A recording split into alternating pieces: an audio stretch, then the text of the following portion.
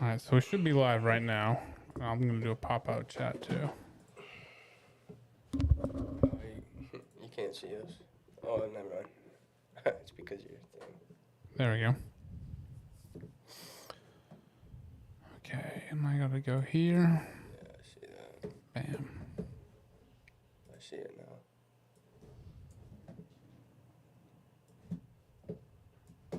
Share.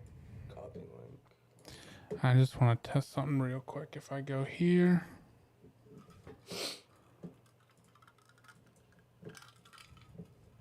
Okay, perfect. So I have a couple different articles and stuff that I pulled up. This goes in the A2I podcast. Yep. And you want me to post it in the Snapchat as well, right? Yeah.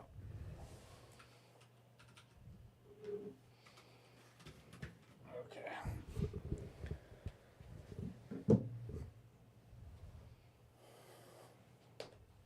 No one's watching, so we're good. Rough. The other one that was just out the window, so I don't want to hear it. All right. So anyways, we're here tonight, bringing it together. A bunch of guys hanging out, talking about just some of the different current events that have been going on in our world, and kind of breaking them down in our own ways of understanding as normal dudes.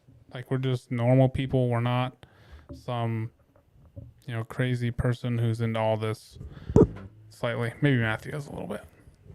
But just trying to give like a good view of all the current things going on, and to show you kind of, or the viewers, what it looks like when just a normal person takes a critical view of certain things and they do the research, try to look into it to the best they can, and then have a conversation about it. And most likely there'll be some things that will differ in opinion on, but at the end of the day, we're still friends. We're not going to hate each other for having a differing opinion. Exactly. But anyways, we wanted to kind of start off with just some personal current events, some just how we're doing in our own lives and stuff like that. So I'll let Darren start here. Personally, I just got approved to get my license back, so that's super exciting. That's a lot. After a lot of prayers. A lot of answered prayers with the whole community of people that I have around me, and especially Dallas. And work has been good. Family has been as good as it can be. I'm excited. I also heard that our good friend Connor Kuzisto drove himself the other day, so that's very encouraging. What about you, Matthew? Nothing much. I have a lot of plans for travel coming up soon. Recently just been playing Tarkov, looking up stuff on the Hunter Biden stuff. Nice. Getting ready for this podcast. Oh, yeah. Exciting. What is it you do for work again? I do materials engineering. Okay, all right. Interesting. Yeah, I have been doing a whole lot of work, and that's about it. I haven't been doing much else. Work, watch baby, come home, sleep, redo it all over again, clean, cook, hang out with Mackenzie. The family man grind. I've been trying, dude, you have no idea how hard I have been trying to get on Tarkov to play. Yeah. And it's just every night it's 9:40. I'm like, I could get on and play maybe one raid. But I'm like, I really need to go to bed because I really need to be up in the morning. And I'm like, when it's 9:30, 9:45, I'm like, by the time I get on my computer, turn everything on, create a loadout, and do all this, by the time I do all that, it's it'd be time for me to go to bed. And then you throw the raid on top. I'm like, dang it. So with all that, our intro's come done. Oh, by the way, name? Darren Madsen, tailored finish carpentry, a child of God, and a Christian. Matthew? He, him? Wait, he was. My name is Dallas. This is my podcast. I hope you guys just have a good time coming to hang out. And if anybody has any questions, any thoughts, anything, put it in the chat because I'd love to hear it at any point in time. And I'll do my very best to stop and grab any questions in the chat. But Matthew, would you like to start us off with the most recent news? So Trump just got indicted. We're not exactly sure what exactly it's about. I don't think they've officially posted anything, but we have a really good idea. The understanding is that it's about Stormy Daniels. Essentially, he got a lawyer to pay hush money to Stormy Daniels, and supposedly that was an in-kind donation from that lawyer because he never paid that lawyer back, supposedly, and that wasn't reported properly, essentially. And that's leading to this case of where they're trying to push for, I believe, a misdemeanor on Trump. So the idea is that when it comes to like our elections, there's many rules around these, and they're very stringent. Anything like from like a basic like mess up to like something that they actually intentionally did, it can have like really dire consequences. Because if someone looks back at this and they're like, hey, him paying Stormy Daniels, that could have swayed the election. That could have some effect on the election. If someone can make this case, then it seems like that's a really big deal, and that's something that we don't want to harm the integrity of our elections. The problem is that we know not a whole lot about it.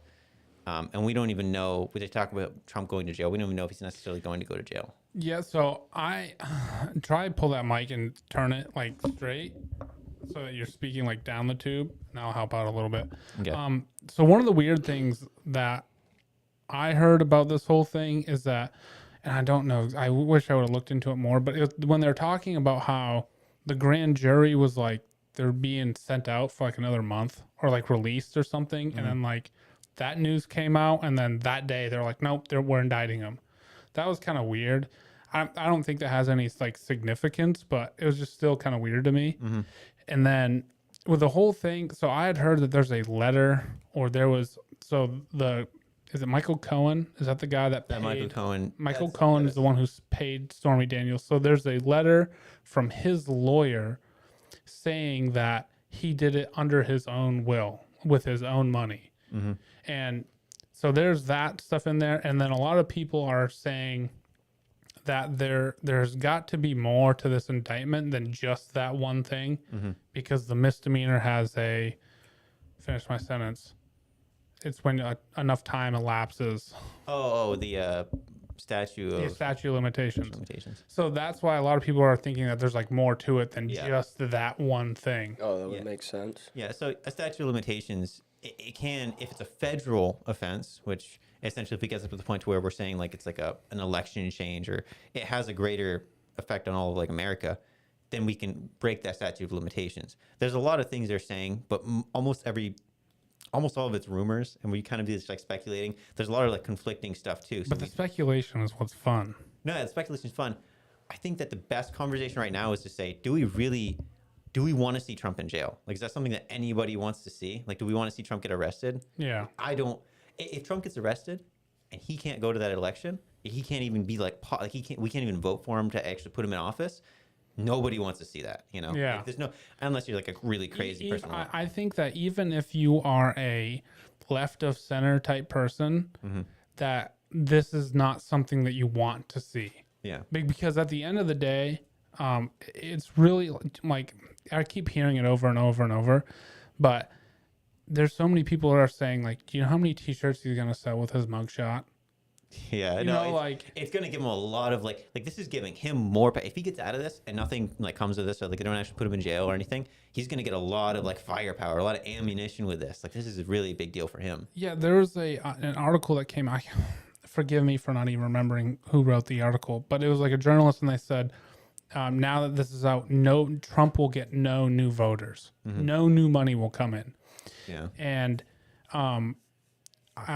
yesterday on Tim Pool's podcast, not Eric Trump, Donald Trump Jr. called into it, and he said, we just raised $4 million the day that after he got indicted. Yeah. And they said a certain percentage of those people were all first-time donors to him.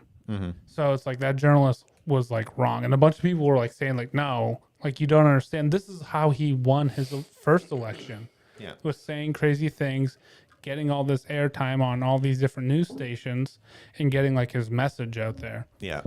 So I'm with you. I really think that kind of no matter what happens with this whole ordeal, it's just not a good view for the whole, everything in general. It's going to fire people up. The problem is that, let's say that Trump did do this. Let's say they have actual like evidence behind like him, I don't know, falsifying or basically breaking these like election integrity rules. Like, do we just allow him to pass by those like it didn't happen? Like, do we give him some form of punishment? What would be like a fair thing if he did do that? Like, how would we punish him? Make him pay a fine, a large fine. Yeah, it would have to be, but it'd have to be pretty large too, because it's like if I hear that this guy just has to pay a fine, and I'm becoming like an expert, if I'm running next, I'm like, oh well, all I got to do is I can just break some rules and I'll just pay a big fine later. Like there has to be something there. Like there has to be some sort of stuff. Obviously, I'm not saying he did anything yet, so we don't know. But Yeah. he could come out and he's like he hasn't done anything. But like if he did, there has to be some sort of like punishment there. Yeah, So it's there does what have that to be is. something. It can't just be like, oh, hey, you did, because now that it's such in the public eye Yeah. and everybody's watching this, it's really difficult to be like, hey, no, you did do something wrong, but because you're the president, we're just going to let you go.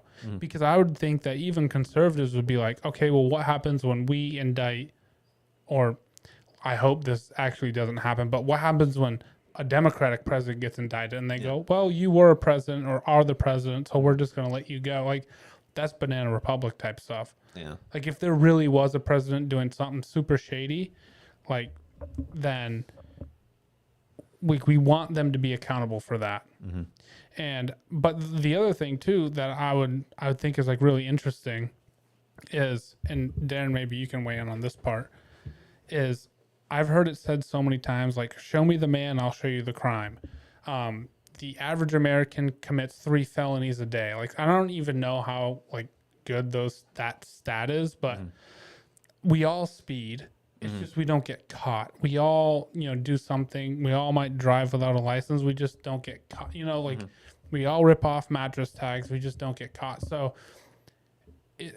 has there been other situations where other politicians and or presidents have done certain things that were wrong or against the law and they got a slap on the wrist or it got shoved under the carpet? What about the Watergate scandal? That's what I was going to bring up. What about Watergate? I remember Nixon like totally denying it, lying about it. I don't know if he committed perjury because I don't know if I'm not like super. Well, I'm not.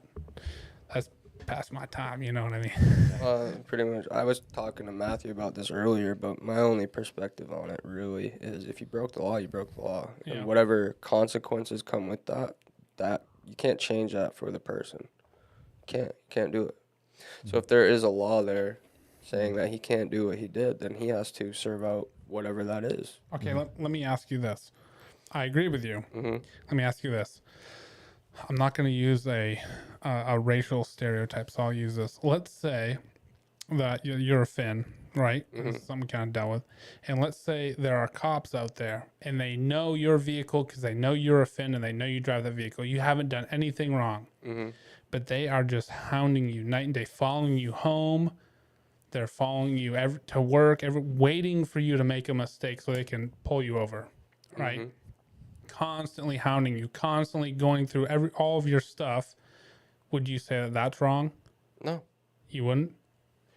Why would that be wrong? Well, because there's harassment laws on the books. Like police aren't allowed to harass citizens and constantly follow them. Is that right? I'm pretty sure that's a law. I wouldn't know that, but Yeah, well, hold on. Abide by the law. Don't break the law. Yeah, I agree. But I agree. they can pull you over and they can keep hounding you and keep going. And at some point, they're going to get bored. The classic whole don't give a bully what they want. You just keep your calm, keep your cool. Okay, yeah, search my stuff, pull me over, do whatever you need to do. I'm innocent. Okay. I'm following the law. I am not a bad person. I am a law-abiding citizen. If Trump did something wrong, he did something wrong. He needs to be punished for it. It is what it is. I'm saying like as if this is like if it was. So my whole thing, and I don't even know if I necessarily agree with this, but some people are saying this is like this attorney. Is it attorney general? yeah, He campaigned. the DA. The DA, yeah. He has The DA. bias against him. He campaigned on, I'm going to like, don't quote me on this, but he campaigned on like making or finding out what Trump did wrong pretty much, which sure, that's fine. But is there a point where it's like when a person in power or that has powers, like we're just going to crack down on this person and we're going to try to find out any way that they stepped out of line. But then on the other side of things, this DA is letting people off for violent offenses, which is something Sucks. I've heard. So Sucks. he's letting other people off on violent offensive, letting people out of prison. He's giving them easy charges, and then he's throwing the book at another person. I think that we really have to look at this like we always assume with everything that we see or read, we always assume that the people behind it are missing something easy or missing something that's like obvious. I think that whenever they were talking about indicting Trump, this isn't something where they were just like, oh, like this is fine. We finally got him on something. We can just prove it and we can just get it. I think that this is something they really thought about and they really put time into. Because like, obviously we don't know everything about this, but they were talked about, I heard many things where it's like, during like whenever he's president, 2016 to 2020, because this happened back in like 2016. This is years and years and years ago. Right. They were talking about how they don't want to arrest him while he's president because they don't want that issue. They don't want to like have to like, all right, we're putting our president through like an indictment. Like we don't want to do that. So I don't think that I think they take these things really, really serious, and they really take everything into account when they're talking about like the president. Do you think that if this was such a big deal, do you think it would have came out during the impeachment trials? No, because I think the impeachment trials were something completely separate. I think that was there were two, right? One was for January 6th, and the other one was for what? Ukraine, Yeah. the phone call. Which we're gonna get into that maybe. But no, I think that that was something separate. I think that this is like a very key thing where it's like I think that they're really thinking about this, and especially with the FBI like going into Trump's house and like that whole raids thing, whether you agree with it or not. They always talked about how like serious it was, where it's like they're really trying to take like the smallest steps possible, like with the subpoenas. Like they asked him multiple times. They weren't just immediately trying to break into his house. Like they take these really They small still steps. respected him as the president. Yeah. They put a lot of like respect like onto him. They make sure that they're not doing something that's rash. Like I think we have to understand there's reasonable people behind everything. They're not just out to get Trump. See, that's where I would disagree. I don't think there's reasonable people. I think there is reasonable people, but all the people who are involved in this, I don't think are all reasonable people. Reasonable or good? What are we talking about here? Depends on how you define reasonable. But it's like, do you think like you could probably go back to all these people who have campaigned or have, when the indictments went through, all these things, and you know what they believe because they've been on news, they've said what they said. I don't think they're coming at it with some totally unbiased opinion. And this is just like, we'll talk a little bit more about this during the like the whole Ukraine part and stuff like that too. But it's like, do I think that there are reasonable people in government or in these DA positions in certain states and stuff like that? Yeah, I do. Do I think all of them are reasonable people who are doing it for the good of everything, for out of the goodness of their heart type thing? No, I really don't. And do I have like right now at this moment any like dead giveaway like, oh hey, this is my proof for this? No, not really. But I can talk more about that later when we get into the whole Ukraine part. And I'm not even I'm more on Darren's side here. Yeah. I'm kind of just more playing devil's advocate on just other things that I've heard. And because I'm not like a Trump. Do I like Trump? Yes. If I'm not lying, do I like some of the crazy rhetoric? Yes. Because it's kind of like, it's almost like, to me personally, and I think a lot of people would agree with me with this, when there's like a bully, right? And I'm not trying to say this person's a bully or that person or this side or whatever, but when you see a bully and you see someone kind of like stand up against that bully and like maybe not stand up with like fighting, but stand up and be like, hey, no, your shoes are stupid, or saying, something ridiculous, you're kind of like, yeah, get after that dude. Like he's bullied all these kids and now this person's going after them. That's kind of my like feeling towards Trump. Like that's when I say like some of his rhetoric, like I like, do I totally agree with it? No. Is it nice to see someone calling out the other side kind of for once in that type of style? Yes. So like you said, I'm really interested to see way more stuff come out on this. I'm waiting for them to release all of it. And then people are going to pick it apart, and people who are way smarter than you or I are going to look at it and be like, no, this, no, that. This happened, that happened. my biggest thing that I heard, and this was really, really interesting, is I don't, and this is where the reasonable people thing kind of comes in, is this could be just a campaign strategy.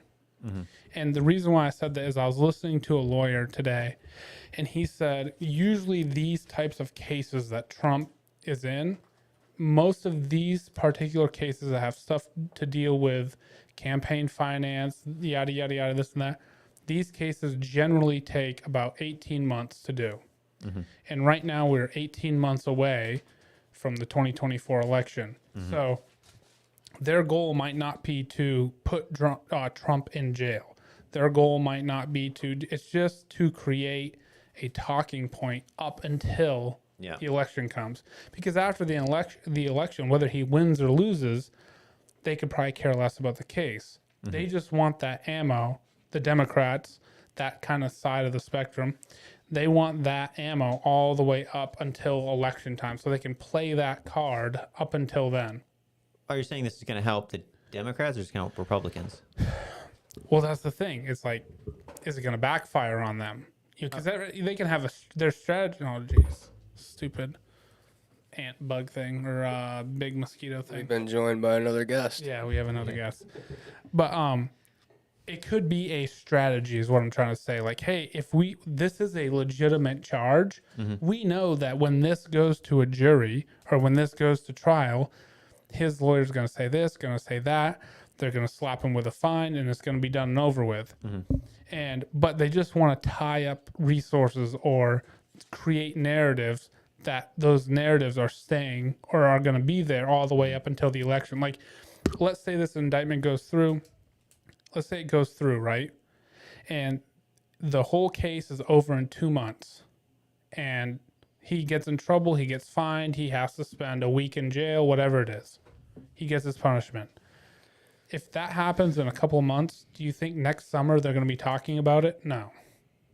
I wouldn't think so. It's the off season. Yeah. He's a superstar in the off season, and he's gonna get looked at, scrutinized, just like baseball, basketball, football. The off season, they keep it juicy. Yeah. You know, And it's so it's just, they need talking, or when I keep saying they, I mean the Democratic committee, the convention, Democrats as a whole going into this upcoming. Do you think Joe Biden's going to run again? Probably. There's never really been, I don't think there's ever been a president that hasn't ran his second term. Yeah, I don't think so either. Yeah. So most likely he's going to be running again. And right now, I would bet that Trump is probably the front runner for the Republicans.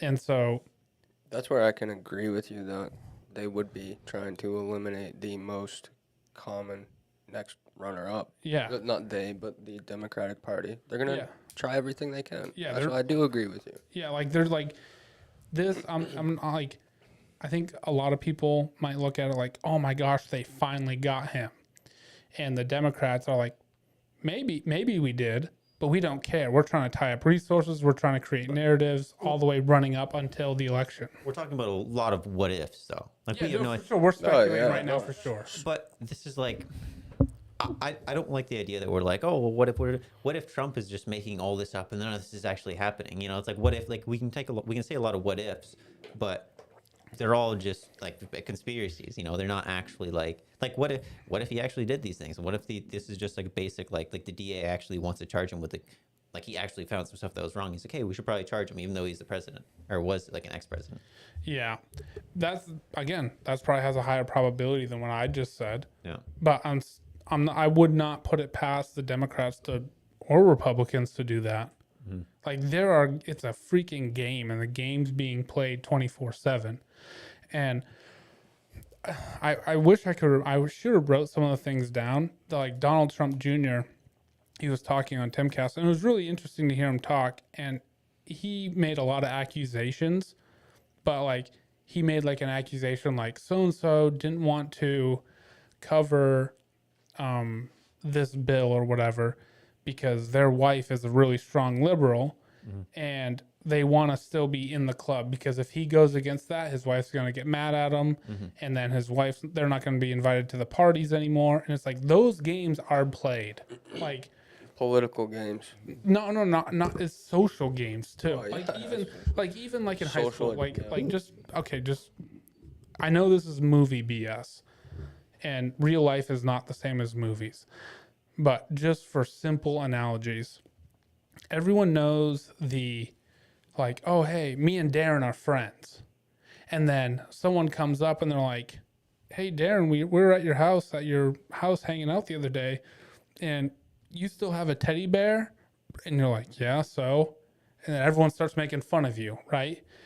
And then they look at me like, you're friends with him? Like, no, I'm not friends with him.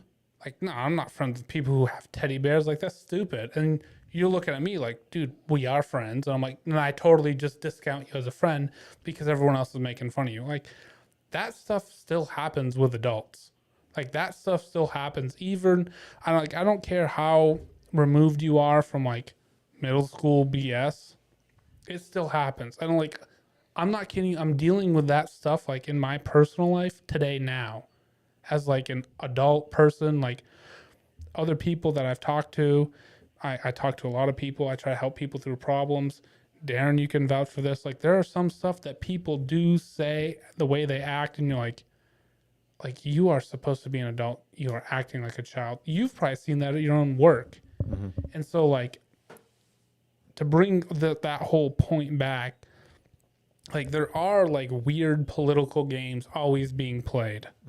I had a friend who lived in DC and worked for a couple Republicans, and she like, I had to leave. Like it was so bad. All the little stupid tit for tat stuff, all the like, oh, you support that? Like, oh, we can't hang out with you no more. And she's like, it was awful. Like I did not want to be around those people anymore. And so, with all that being said, I think there are like a lot of small little tit for tat things that go along behind the scenes that, unless you're like in the know, that a lot of people don't really like know about. And to say that those things aren't happening, going on, or whatever, I would just say that's false. And that's where I come back to then my unreasonable people type thing. The only thing that I would like to see personally is just the truth to come out, justice to be served, and I don't know, and see where it goes from there. What's your okay? Real quick, what's your thing with Nixon? What do you know about Watergate? Oh, he was a Democrat. Yeah. No, was he a Republican? I have no idea. I can't remember. Anyway, all I know is, I'm not sure. Some people broke into a building to get some tapes against the other party, yeah. And that's it. And was he indicted for that, or he had to? He got impeached. Yeah, I think. Well, he resigned before the impeachment went through. Yep. So I mean, and he was on TV saying like, oh yeah, you got to know if your president's a crook or not, and I'm not a crook. So he lied to the American people, and then he resigned. Yep. So it's like, to say that presidents don't do wrong things, and that's the other thing too. Like, the one thing that kept irritating me was everyone saying this is so unprecedented. This is so unprecedented, and I'm like, yeah, it kind of is, but like we've had presidents and scandals, like Bill Clinton with Monica Lewinsky, like that was a huge thing. The Nixon stuff, there's stuff with Ray, like there's been stuff with every president. They're human, and they're gonna cover it up, in whatever way, and like Trump did what everybody else did, but He was a Republican, by the way. he was a Republican, yeah. So I mean, it just people are going to be people and humans, and they're going to fail and fall short, and they either cover it up or they try and make it right, and hopefully we find out that Trump tried to do the right thing, and if who knows. We just want truth. And in America, I mean, as Americans, we want truth. We want justice to be served. As Christians, even that too. Yeah. Let me ask you this. So the other thing that a lot of people have a difficult time too is when you get indicted, you still have a right to a trial and stuff like that. And the other thing is, a lot of times, like people do stuff and they are guilty, but they have good lawyers and their lawyers get them out of it. And that's gone many different ways. So it's not that only did he do it, it's can his, or if he, yes, there is what is the truth, what did he do, what did he know, and then there's the other side of things like will he be convicted of it because of his lawyers and how good of a job his lawyers do. So there's that. And then my question with that is, I think as Americans, are we not guaranteed a fair trial? Yeah, no, I mean, obviously, Yeah. I don't think they're just going to skip a trial on this one. Yeah. I think they're going to go So through. we're guaranteed a fair trial. How I've heard this many times and I've listened to a lot of different court cases like live and stuff, and the jury is like a heavily protected thing. Where do you get an unbiased jury on this? It'll just depend, I guess, on whichever state they decide to go into. No, it has to be. It's in New York. It has to be in New York because it's state charges, it's not federal charges. No, I think that obviously they're going to have a trial. They're going to have a jury process. They're going to go through these things. And if the jury does come out to say, like, if they come out and they're like, oh, the jury is crazy, I'm sure there's some levels of, like they can go back. What is the term? They can appeal it and everything. There's going to be a lot to this. I think that at the end of the day, like we kind of have to trust our jury system. We kind of have to trust these systems in place. And even though this is like a really big trial, I think that we have to trust that they're going to do the right thing. And we have to wait until there's something that we see that's wrong to actually act on it. Hope they'll do the right thing. We have to hope that they'll do the right thing. Yeah. So let me ask you this: do you believe in Trump derangement syndrome? Yeah. That's like some it- sort of like people yeah. are just kind of crazy. I would say that goes both ways. People who are for him and people that are Yeah, against I him. think we talked about this before, actually. Yeah, Person syndrome. yeah, fan syndrome. Yeah. There was a lot of stats that came out during Trump's first election of people who, like, yeah, hey, like I love Trump, but I can't say that. Like I won't say that publicly. So let's say that somebody does support Trump heavily, and we know that like if the trial gets taken to somewhere in like, or the jury is picked from people in northern New York. Shout out to freaking Caleb up there. Yeah. That's like all red area. And do you think those people are going to come out and be like, sorry, can't do this. We're biased. We're for Trump. Like, because they don't even like saying who they voted for because like there's a stigma around it. And then other people who maybe you get some jury members who are in there who absolutely despise Trump. Are they going to say, sorry, I can't be a juror because I absolutely hate this man? The jury, like they specifically ask questions like whenever they go about like picking the jury. It's not just like, oh, we just happen to get a bunch No, of people. I know. I think that both teams also agree to like these are the jury members we're going to Yeah, I have. know. But my thing is, do people lie? Yes, all the time. Well, that's why they have the jury process and they question people. They ask them what they know, what they do. Like it's they can lie to some extent, but I think at the end of the day, they do a pretty good job of deciding who they can trust and who they can't.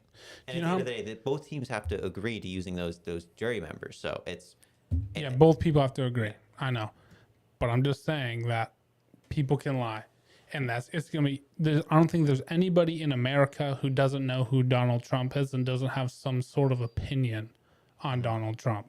And I would say people like you are very in the minority of rational thinking. Hey, I have this opinion, but I will go in and listen to the arguments and I will make a decision on the arguments that are being made in front of me. So that's all. It's super interesting. I am actually kind of excited to see how this all turns out. yeah. As far as right now, I don't know what you would say, but Trump is kind of like 4-0, 3-0, 2 indictments. Sorry, 2 impeachments, and nothing was really The proven. impeachments aren't really fair because he had, no matter what, he never would have been. He could have done anything, and those Republicans, they would have voted against that. Like there's no, it wasn't possible for him to get impeached So, okay, so are you saying that those Republicans are biased then? because that's their guy. Like that's their party. They're open about So that. if he would have done something wrong, do you think those people aren't reasonable people? Well, I think that they have a vested interest in him being president. And I think that's the issue. They have a severe conflict of interest there where it's like their job, their career relies on him being. Yeah, you're right. Yeah. So do the Democrats have a vested interest in him not being president or being indicted? They do, but the problem is that are the Democrats the ones that are actually pushing this for like pushing the indictment, or is this are these just lawyers looking at this like I'm going back to the impeachment. the impeachment? Yeah, No, so no. also a lot of the argument for the second one, for the second impeachment, Yeah. was we want to impeach him again so he won't be able to run again. That was the argument. Well, the problem was that the Democrats believe that he actually like, they believe the issue like with the I don't want to get into the scenario, but they believe he did something wrong, and the Republicans think like, oh, well, there was no big deal. What he did wasn't actually something bad, because the whole scenario, it's really hard to pick and choose. Like if you look at certain facts, it looks like a terrible thing. If you look at certain facts, you're like, oh, it's not that bad. You have to grant me that. I granted to you that What? the Republicans, that's their guy, they have a vested interest in keeping him there, so they will go against their better judgment. But that's how that's the impeachment process is. I know how the impeachment process works, Yeah. but I would say that I would even agree with let's say Biden got impeached, right? I would say the Democrats have a vested interest in defending him and make sure that he doesn't get taken out of office. Yeah. And the Republicans have a vested interest in taking him out of office. And both sides will take away from their rational, reasonable thoughts, views, and opinions and go down party lines. Yeah, I absolutely agree with that. That's my thing. That's my whole point. But the problem of all is, of it. how does it relate back to The indictment, the same exact thing. It's the same thing. Like a lot of the times, so I think that they're trying to find anything, the Democrats, DAs, everybody and anybody is trying to find a way to put speed bumps in the way of Donald Trump's road to reelection. But we don't with this we don't know that yet. What if he actually did something? What if he actually committed some sort of crime and he Some sort of misdemeanor? Possibly. But it's not you can't really downplay it as like a misdemeanor. Like he misspent campaign funds. We talk about this all the time where it's like we're always like lobbyism and all that. We say it's a really bad thing. Trump actually did, like he went through and he actually, we don't know yet, but he could have done these things. And if that's the case, then these lawyers, every single like with their rationale, they should push this, shouldn't they? I would say yes. Okay. And then I hope happens next. I hope that if and when another Republican person comes into office, actually, I really don't hope this because it's not going to be pretty for the country as a whole. But I hope they start putting Democrats on magnifying glasses. No, yeah, I absolutely agree. I guess this kind of segues right into to Biden and Ukraine, maybe. Yeah, sure. Okay, so do you want to maybe play the video of Hunter Biden or Joe Biden talking or saying the quip where he was The like, quid pro quo. Yeah. Quid. Yeah. Quid. Let's see. It's gonna be on YouTube. You can type in. While we're waiting, Matthew, what does James chapter 1 verse 9 like?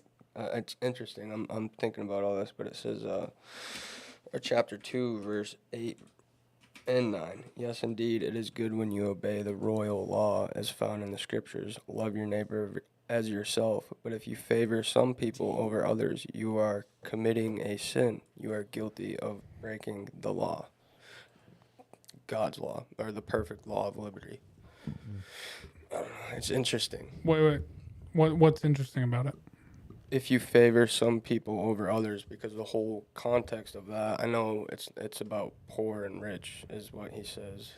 It's if someone comes into this room and they're dressed nicer because they're rich, you shouldn't respect them more because just because of their rich clothes. versus poor. Or you could say oh, Matthew, I didn't know that you were a conservative. You're now my best friend. Or Darren, I didn't know you were progressive. You're now my, now I respect you way more than him, or vice versa, or whatever. Like, it's interesting. Yeah, that's a great point.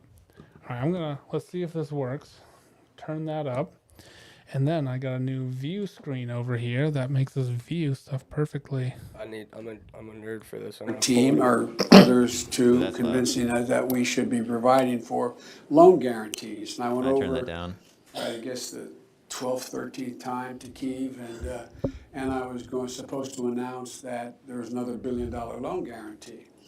And I had gotten a commitment from Poroshenko and from Yatsenyuk that they would take action against the state prosecutor, and they didn't. So they said they were walking out to press conference. I said, no, I said, I'm not going to, or we're not going to give you the $1 billion.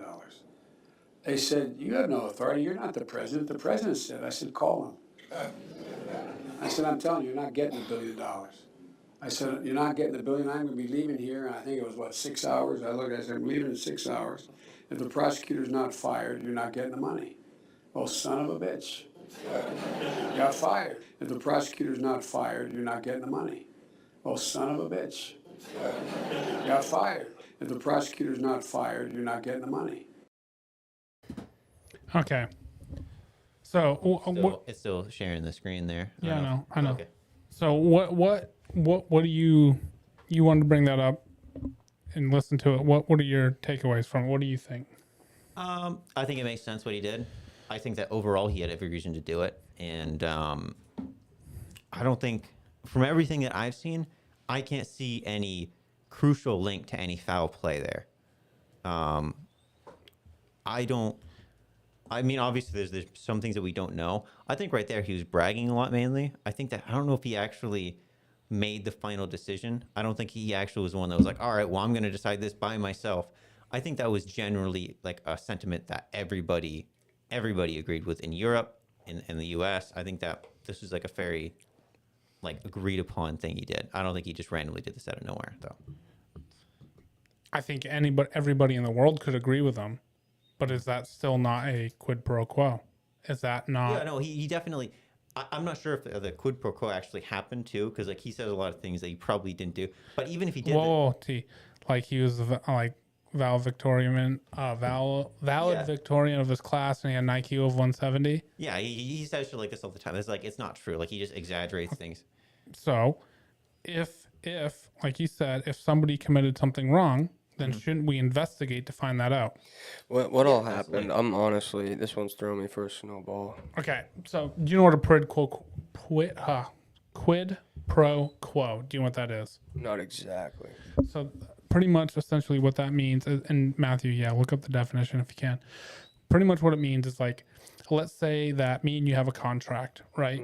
And the contract says that you do this much work and you get paid this much. And then I come in and I go, hey, I ain't giving you the money unless you do X, Y, Z or whatever. It's pretty much adding stuff that was not agreed upon. Or let's say that I understand. let's So say, what did he do with this? did you get the definition? I just read it and then I just put it down. I don't know how I didn't. I read the definition and it just went out of my brain. No, that's all right. But what happened? I don't understand. Favor or advantage granted or expected in return for something. So essentially, he gave them like an ultimatum where he said that Poroshenko, who is currently the, I believe the direct, like he was the lawyer trying to prosecute corruption in Ukraine, and this was right after what's his name, the president that was he was ousted. Yeah, in 2014. Yeah, so essentially there was a lot of corruption in Ukraine, and we as the U.S. came in there and we're like, all right, we're gonna try and fix this country, and we were giving them a lot of money, and it seemed like that Poroshenko guy wasn't really doing a good job. So then Joe Biden comes in, he says, you got to get rid of that guy. He doesn't have a good track record. We want him out, and then we'll give you money. And that's when the quid pro quo happened. Now people are linking many things to this, saying that Joe Biden was the one who mainly made this decision. You left out an important part, though. What's that? One of the companies that guy was investigating, which was Burisma, Joe Biden's son was on the board of that company. I know, yeah, and we're gonna get into that. So Yeah. Interesting. Joe Biden's son is on the board of this energy company, and this guy is investigating that company. Yeah. And then Joe Biden tells a higher up above this dude saying, you fire him or you don't get the $1 billion. So that's why people are saying that there's wrongdoing there, because Joe Biden had a vested interest in it because his son was on the board that was being investigated for corruption In Ukraine. Okay. Okay.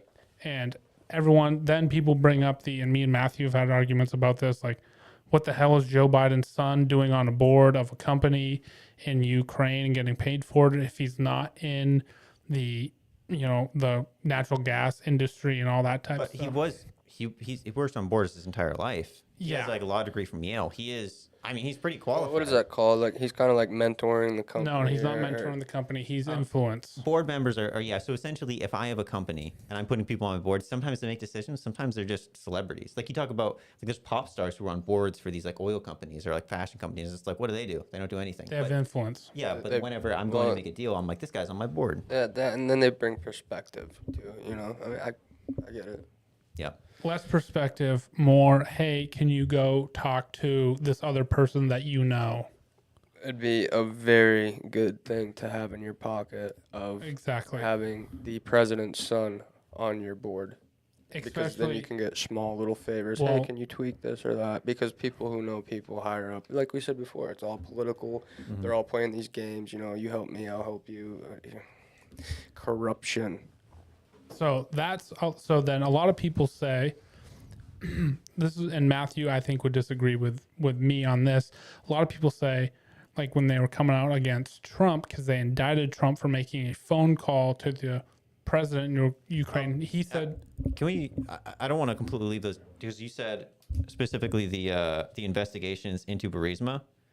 I want to talk about that mainly, and we can come back to this if you want yeah, to. yeah. Oh, I mean, I don't mind. Yes, but so pretty much a lot of that stuff was coming out, and the people like Joe Biden admitted to withholding money from this company if they didn't do what he wanted, What he wanted to do. and it was never like nobody batted an eye, nobody really necessarily looked Withholding into money it. from he was the lawyer wasn't just like he wasn't part of a company. He was part of like the actual like he's part of Ukraine. Like Yeah, he was their yeah, main. yeah. He was basically their DA. Okay, yeah.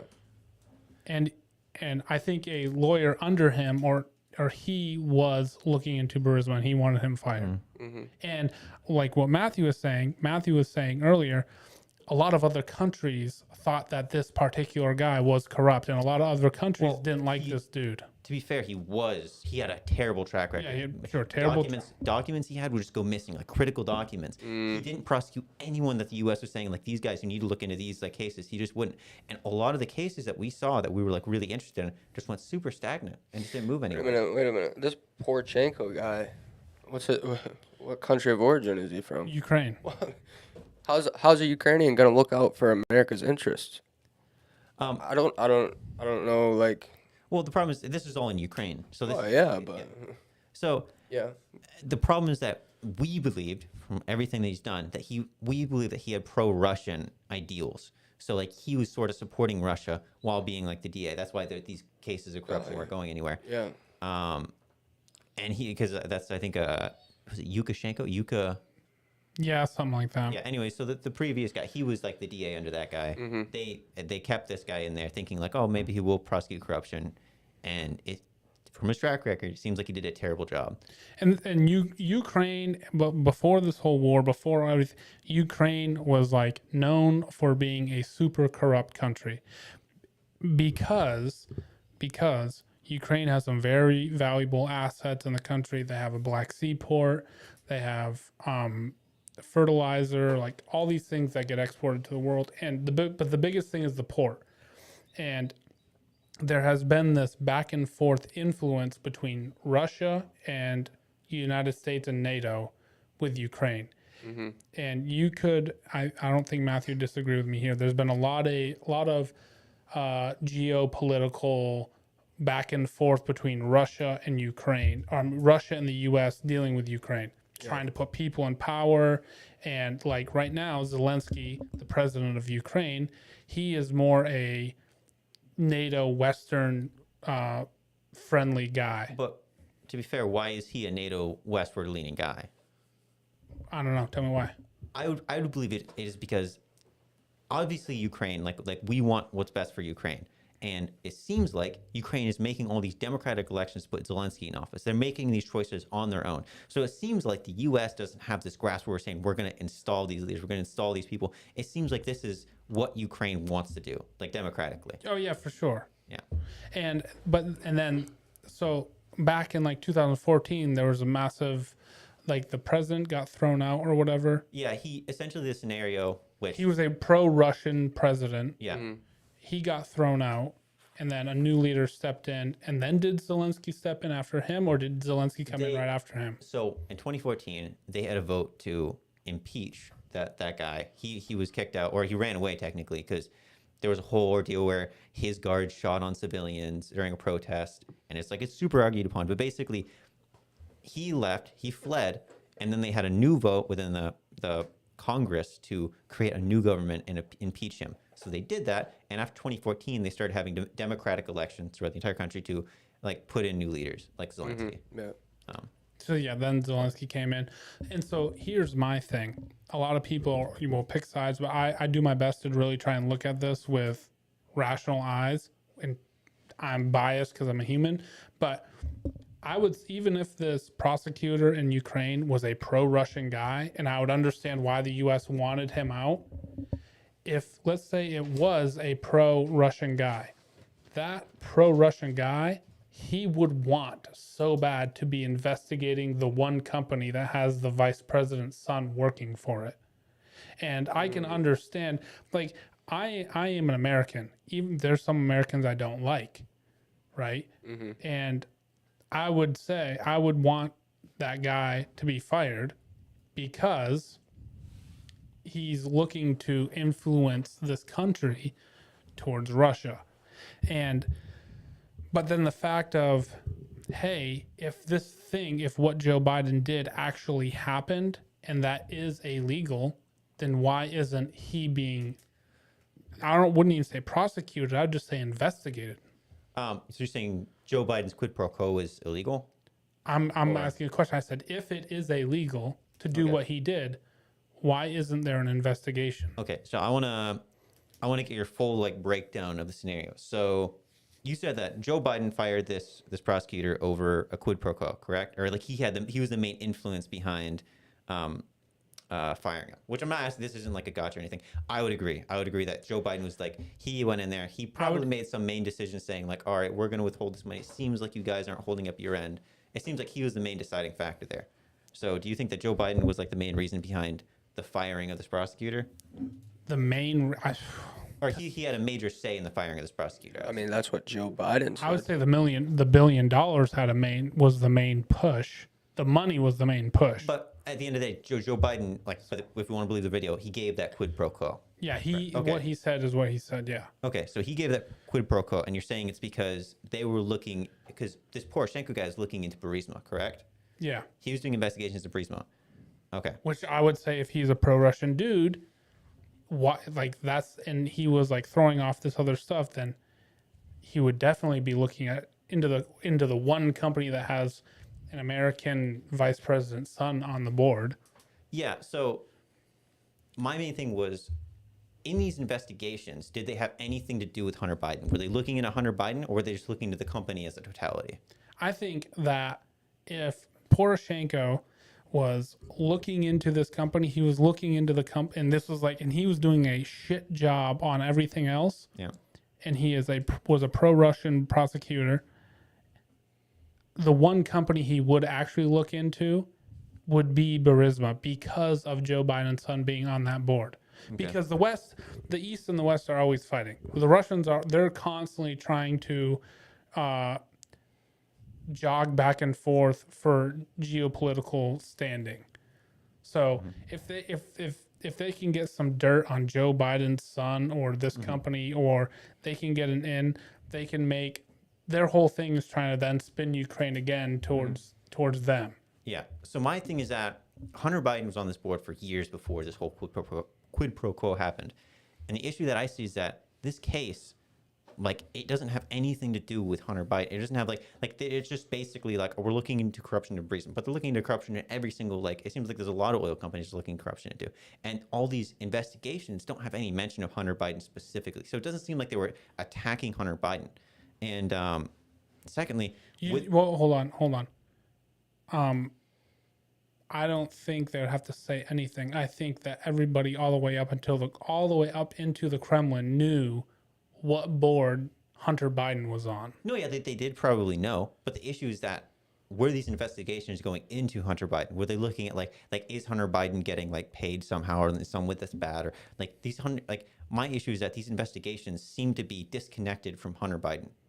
Like it seems like through all their Oh, paperwork, yeah, there's a possibility of that. and secondly, those investigations seem to have been dormant beforehand for like 2 years before that event, before the actual quid pro quo. It seemed like they weren't actually making any progress on it. It wasn't like they were actively investigating. It seems like it was already kind of like stagnant. They're like, all right, we don't really have a whole lot here. We're going to go to the next thing, which there wasn't a whole lot of progress in general with Poroshenko, but it seems like there wasn't that push there. It doesn't seem like if they were actively investigating Burisma, if they were actively going after Hunter Biden specifically, and then Joe Biden comes and he's like, I have to give you this quid pro quo, then I absolutely would agree. Like, all right, there's an issue here. But it seems like it seems like that wasn't a factor in Joe Biden's mind when he made that decision.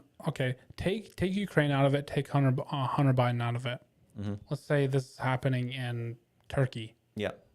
and Joe Biden went to Turkey and said, "You have to fire that guy, or we ain't giving you the money that we already agreed to give you." Yep. Would that be wrong or right?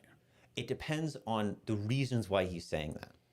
So if he goes in there and he says, we're giving these guys money because, and one of the agreements, like he said in the video, was the firing of Poroshenko, and they didn't fire him. If I'm vice president, I would be like, hey, look, this is my ass. Was that one of the agreements?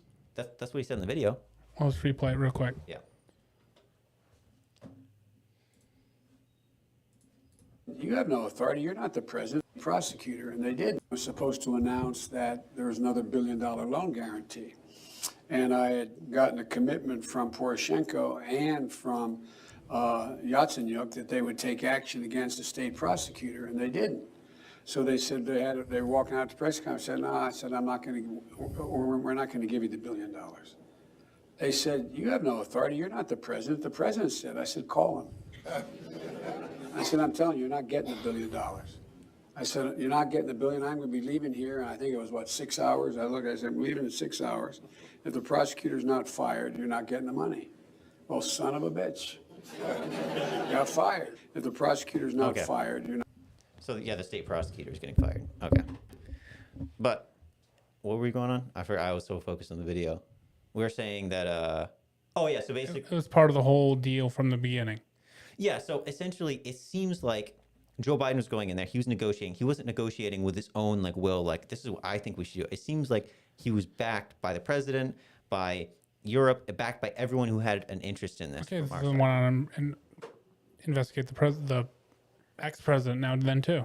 Yeah. So I think there are Hunter Biden actually investigations going on. No, not Hunter Biden. Like just this. Just this? Yeah, I'm not sure if they have done an investigation. they haven't. Okay. So that's my thing, and I get the whole. So I get the whole. I get the whole Trump indictment too. He was investigated for it. So where a lot of people and it could just be optics here. What a lot of people have issue with is they hear Trump's phone call, and then they hear this video, and they go, they pretty much said the same No, exact that thing. was completely different. Sure, I'm saying optics. But okay. I really want to break down the Trump conversation now. So with with Joe Biden here, Joe Biden went in and he had he was backed by the U.S. interest and European interest in ensuring that the prosecution of the corruption in Ukraine was flowing smoothly. So he was U.S. interest. You're saying the interest of the president. Yeah, the interest of the president. So Yeah. he had to back. Obviously, Obama's making that decision. He can make that decision. He's the vice president. He seems like he has some backing here. He's not just making this decision based off his own personal interests. When Trump made that call, he was specifically saying, "Oh, my political opponent, who's like the main guy I'm going against in the next presidential election," he's saying, "Can I get some dirt on this guy from the He Ukraine?" did not say, "Can I get some dirt on this guy?" That's basically what he said. You know what you're saying. So He now, said, "I will withhold Ukrainian aid." Yeah, he mentioned that, and he said, "If you guys can't give me some sort of information or something on this." Wasn't that the case? We can listen to the call right now. That'll be good. the Trump call. Yeah. Trump Ukraine call. I probably spelled it wrong. Where's the short version? The second one. How long is that? Or is this? I ain't playing you out on my podcast. Sorry, suckers. So I would say what I'm trying to say is optics. A lot of people hear this phone call and they see the video from Joe Biden and they go, relatively they sound the same. Joe Biden was the vice president. This is the president. Yep. Is the president not allowed to make these calls? Joe Biden is the one who said, call the president right now. He'll agree with me. Now, Trump is the president and he's making a phone call, and people are like, oh, no, that's wrong. They impeached him over it. They investigated it. Yep. He was not impeached. Oh, but it didn't go through. It didn't go through. So, again, we already had that conversation. Well, the problem is that these have two very different backings to them. And like optically, yeah, you can look at these and say like, oh, watch that video, I listened to this phone call. They both sound exactly the same. The problem is that they aren't the same. They have completely different motives behind them and like reasonings for why. Like with Trump, there's no, like we can listen to the thing here. All right, I'll start it. It started out like a typical phone call between two world Oh, leaders. gosh, just give me the phone call. Because things are happening that are not good. But the United States has been very, very good to Ukraine. I wouldn't say it's reciprocal. All right, screw this. How about I just pull up the phone call? Yeah, like the actual, if there's a way you can find the actual phone call, that'd be awesome.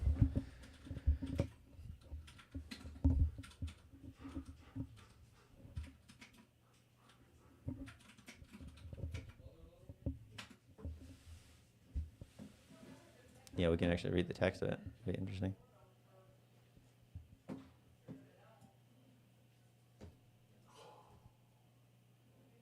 It is incredibly long.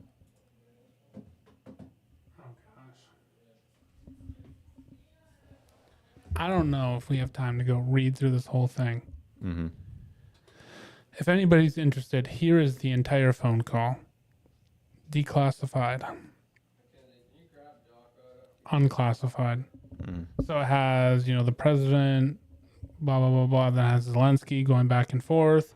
There's this whole conversation. That's the other thing, too, with this.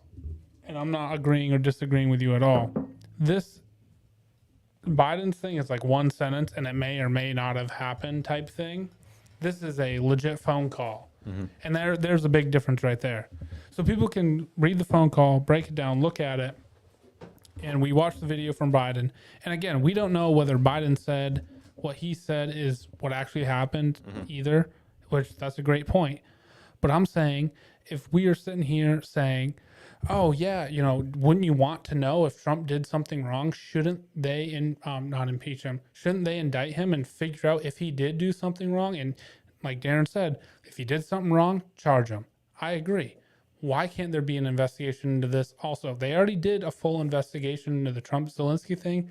If what he did was so wrong, then do you think there are moral people on the Republican side of things? Because we don't really necessarily have to hash out this whole thing.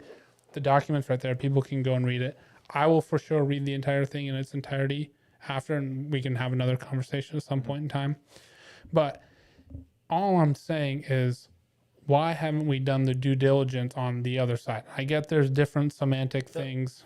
The problem is that we basically, like, from a surface level, if we're just looking at the bare facts, it seems like Joe Biden didn't do anything wrong with that whole scenario. And to make an assumption that he did do something wrong, you're assuming that. There's like 100 million people that disagree with you. I don't care how many people disagree with me.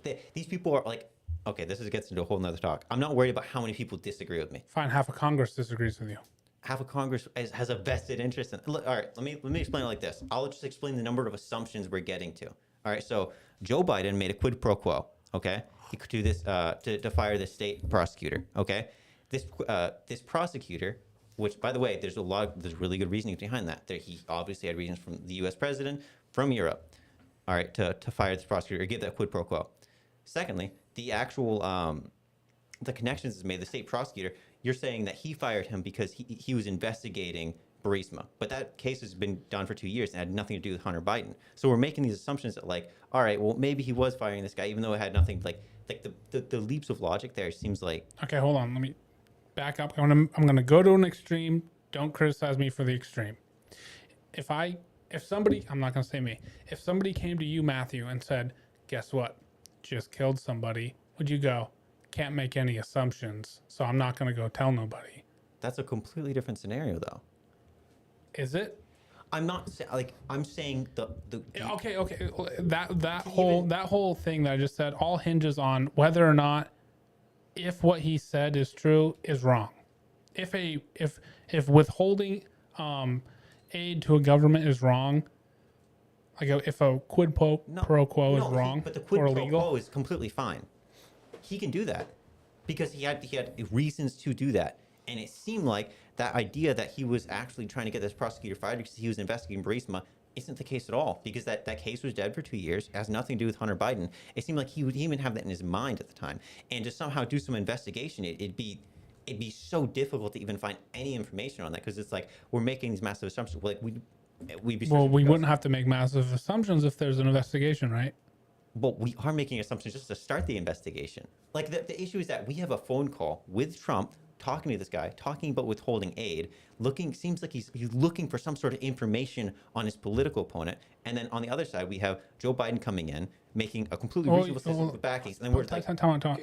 Could we play that video again? I stepped away for it. How long was it? I didn't even play it Yeah. because the article is so long. I didn't feel like watching some dude's video who's interpreting and highlighting certain things. I'd rather just read the whole thing in its entirety, and the entirety of it is right here. It's like the phone call is super long. So I told Matthew I'd go through and read it when I have, probably after this podcast, I'll go through and read the whole thing. And I think anyone watching should go and read the whole thing too. Mm-hmm. But my thing is, oh shit, you interrupted me at the wrongest spot ever because I was going to say something. Oh, No problem. What you said was you're making assumptions with Biden, to whereas with Trump you're not making assumptions. And then the words that came out of your mouth was, it seemed like he was digging for information. Mm-hmm. That's an assumption. no, you're always making with every single thing you do, you're making assumptions. Okay. The problem is that with the Hunter Biden case, with Joe Biden making the quid pro quo, He admitted to it. yeah, well, obviously. I don't think like the quid pro quo doesn't matter. What I'm saying is you have to make an assumption to somehow link his interest to Hunter Biden being like somehow protected because he's somehow being prosecuted. But the problem is that assumption, like it almost isn't there. It's almost like, Do you think that happens in everyday life? what do you mean? Fathers cover for their sons, Yeah, even, I don't think, even if their sons are doing wrong stuff. absolutely. Do you think that but like I want you to kind of like break it out, because like he's not covering for Hunter Biden. Matthew wants to step back and look at it from the outside. Do I think he's covering for? Do I truly think he's covering for Hunter Biden? I don't know. I don't have enough information. I think it's easily like you always have to make assumptions. But the problem is that with this thing here, it's like we're trying to link some sort of interest to him protecting Well, Hunter Biden, but it's like it's almost impossible. I understand what you're saying. Here's my thing. I'm a little bit black pilled on this. My thing is, what you're saying is, look, from what we have, it seems like Burisma wasn't even a big deal. This whole investigation in Burisma kind of went cold. There's nothing really going on with it. So was this guy like actively investigating this company at that moment when this supposed quid pro quo happened? And I'm like, in the back of my mind, I'm like, Joe Biden is going to step up for his son way over any other thing. He's going to cover for his own son. And I think that was definitely in his mind. Especially, and this is a massive assumption. I really don't even want to say it, but especially if there was any type of way of money somehow being ever coming back or kicking back to him. But the problem is that you're also assuming that That's a massive assumption. I don't even like to even say that. But a lot of people believe that, but I don't like to say it. The whole give this money for the big guy, blah, blah, blah, blah, blah. No, it seems And like I don't think these people are good people either. Yeah. So if I'm drawing this out, Joe Biden, we're going to do an investigation into Joe Biden going to Ukraine, making a decision that was unanimously supported by our entire side, and then we're going to say, well, he may have possibly had this other interest as well in this case that's been dead for 2 years that has no link to his son at that company. Like, it seems like we're making this like His son's on the board, so how does it have no link to it? the investigation is no link to Hunter Biden. What is it? So that's where I think your assumption. I'm not assuming. No. The case, the prosecutor who's prosecuting Burisma in that case, whatever the corruption was, there was never a mention of Hunter Biden in that case Why would they? because he has no link to it. There's no. It seems like if Burisma goes down, it seems like there's no actual connection to Hunter Biden there. It doesn't seem like he actually gets any actual like he may lose his job maybe, but So they like weren't looking into him specifically. no, they weren't looking in. That's what I've been. If Yeah. this dude's a pro-Russia dude, they're definitely looking into him. But there's no mention of that in the file at all. It seems like You- those. You okay? That may be true. Why do you stand so strong on that? What is there anyone else that has your opinion, Dallas? Yeah, pretty much everybody on the right. Well, Interesting. people obviously when they read these things they're going to say like all right well like because this happens with like the whole Trump thing, the FBI raid when that initially happened where the FBI was looking into Trump for missing documents. People were like, that's ridiculous, there's no way, like the FBI is just harassing him initially, and then they're like, hey, we're doing a subpoena on you. They're like, holy cow, they're going to break into his house for like no reason, this is crazy, and they broke in there and found documents, and then they're Hysteria, like, yeah. oh well now it's not Whoa, a big deal. back up. They did not. He told them about those documents. There's They had to letters. subpoena him. There's letters to the FBI where he said, "I have these documents. What do you want me to do with it?" They said, "Put it under lock and key." He did that. The problem is that when they went to get those documents, he wouldn't give them up. They had to subpoena him and actually go into his house He said they and had do an FBI raid. they had the code to the lock. But they still had to go to his. Why doesn't he just turn those documents in? Why is that? Because he is the way he is, and he likes the drama. It's possible. He's- But all these people, they weren't rational about this. They weren't like, hey, maybe the FBI has some reason. But they were like, the FBI is attacking Trump. There was hundreds of millions of people who were like, There's a ton of people doing it. I think Exactly. I think they're stupid. so there's a lot of people that want this investigation into Joe Biden for this quid pro quo when there really is there's no basis behind it. And to make an investigation would be impossible for any lawyer to do. Oh no! I mean, if there's speculation, if there's people saying this, then there is every reason to look into But it. if If they look into it and they don't find anything, big whoop, a waste of time. You know, everybody's chasing their tails. And it seems like they wasted their time on all the Trump Russia, Trump peeing on prostitutes. That was all a big waste of time. the whole the 2016 election, like the Russia. Steal document. The whole Mueller investigation actually had a lot of indictments that actually were very positive from it, and they found out that the IRA or the internet whatever from Russia actually had some level of influence. Like they actually had accounts in the U.S. They actually were created. Like they had ads. They had a 250,000 like follower page. Do you know about the fight that they made happen? Well, I don't know about You that. didn't know about that? What fight. Well, hold on a minute. Go ahead.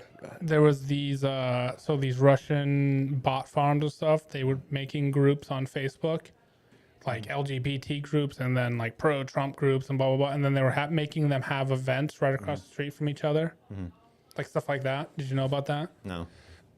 That's actually true. But the other thing too, and I've heard this, and you'd have to look way more into it, but I've heard that those bot farms and stuff had little to no influence over the election. You could say they had little to none, but there were still indictments that came from that whole Mueller investigation. That was it wasn't like Except for Trump. Yeah, but the idea is that there were indictments in that, and they actually did hold water. Like it wasn't like it was just like a complete story. Like where there was. What about when what's his name walked out and said, "Inside this envelope is direct evidence of Trump"? Was that some random senator or something, or No, that was what's his face, who was heading the whole thing. you'd have to show me the video because I looked for that, I couldn't find it anywhere. Oh, what was his name? Hold on, I gotta remember his name. Is that dude that looks super corny? I can't remember his freaking Was name. that I'm was not- the impeachment? Yeah, I think it was the first one. He literally got up and he's like, "Inside this envelope is information directly linking Trump," and then nothing ever happened. No, the problem is that with that impeachment, it's like they could have done the impeachment or anything. I don't think that impeachment would have went through. Okay, yes, I don't fine, think it's like- fine. Yeah, it probably wouldn't have went through, so why try? But I get it. Here's my thing. How come? And this is just a general question. How come all of the Democrats' investigations are, hey, there's total probable cause for all this, we should look into all this, but then all the other arguments coming from the other side saying, hey, why don't we investigate this also? It's like, oh, there's not enough information for that. That's not There's true. not. What didn't you know? How many like with the Benghazi stuff? didn't Hillary sit through like hours and hours of trials? Like, wasn't this like the most thorough investigation? Like, this was a really big deal. We looked at Benghazi for hours. Like, it was like a big thing. I'm pretty sure she sat through like multiple trials too. I'd have to look more up on like the whole thing, but like, it wasn't like we just didn't investigate it. And the Hillary and the Hillary Clinton, serv- Benghazi, no, no, the server thing too. yeah, like with the kids smashing phones and stuff. We looked a lot into that. Do you know how that happened? I have no idea. The smashing phones thing? Like, apparently there was some sort of where the people would smash phones. No, someone found the Reddit post. They were asking like on Reddit how to destroy phones. Oh and yeah, stuff like the that. whole how to destroy. Yeah, And someone found it, and it was one of her aides. And yeah. like, do you not think that there's any wrongdoing there at all? There may be, but the problem is that that's not what we're talking. We're talking about whether or not these things are No, investigated. I know. I'm just side factor. It's possible. I think that, you know, of the with Hillary, with any sort of like political candidate, there's always that room for corruption. You always have to like keep that in mind. Room for corruption? What does that mean? Like, as in, like, there's always that idea. Like, you can't just be like this one guy. I listened to him. He can't be corrupt at all. I'm saying like it's possible that they can. Oh yeah, okay, yeah. That's what I meant. When you said it, you made it. No, yeah, it's possible. They I can took just it be as like corrupt, room. it's It's fine. like I thought you said room for corruption. Like oh yeah, it's okay. They're corrupt. I was like, whoa. So one of my things I really wanted to get into with this whole, and I the only other thing that I really have to say about the Joe Biden and Hunter Biden Ukraine thing is, at the end of the day, like, I don't think these people are good, honest people who want the best. Like, they're not doing everything out of the goodness of their hearts because they might love the country, but they're not doing it all like being super, oh, this is the best thing for the country. They have other motives that are being played at the same time. Do I know what those motives are? No. Yeah. Am I trying to look at the information that I have and go, this kind of looks a little sketchy, a little weird? Yeah, sure. Is that proof? No.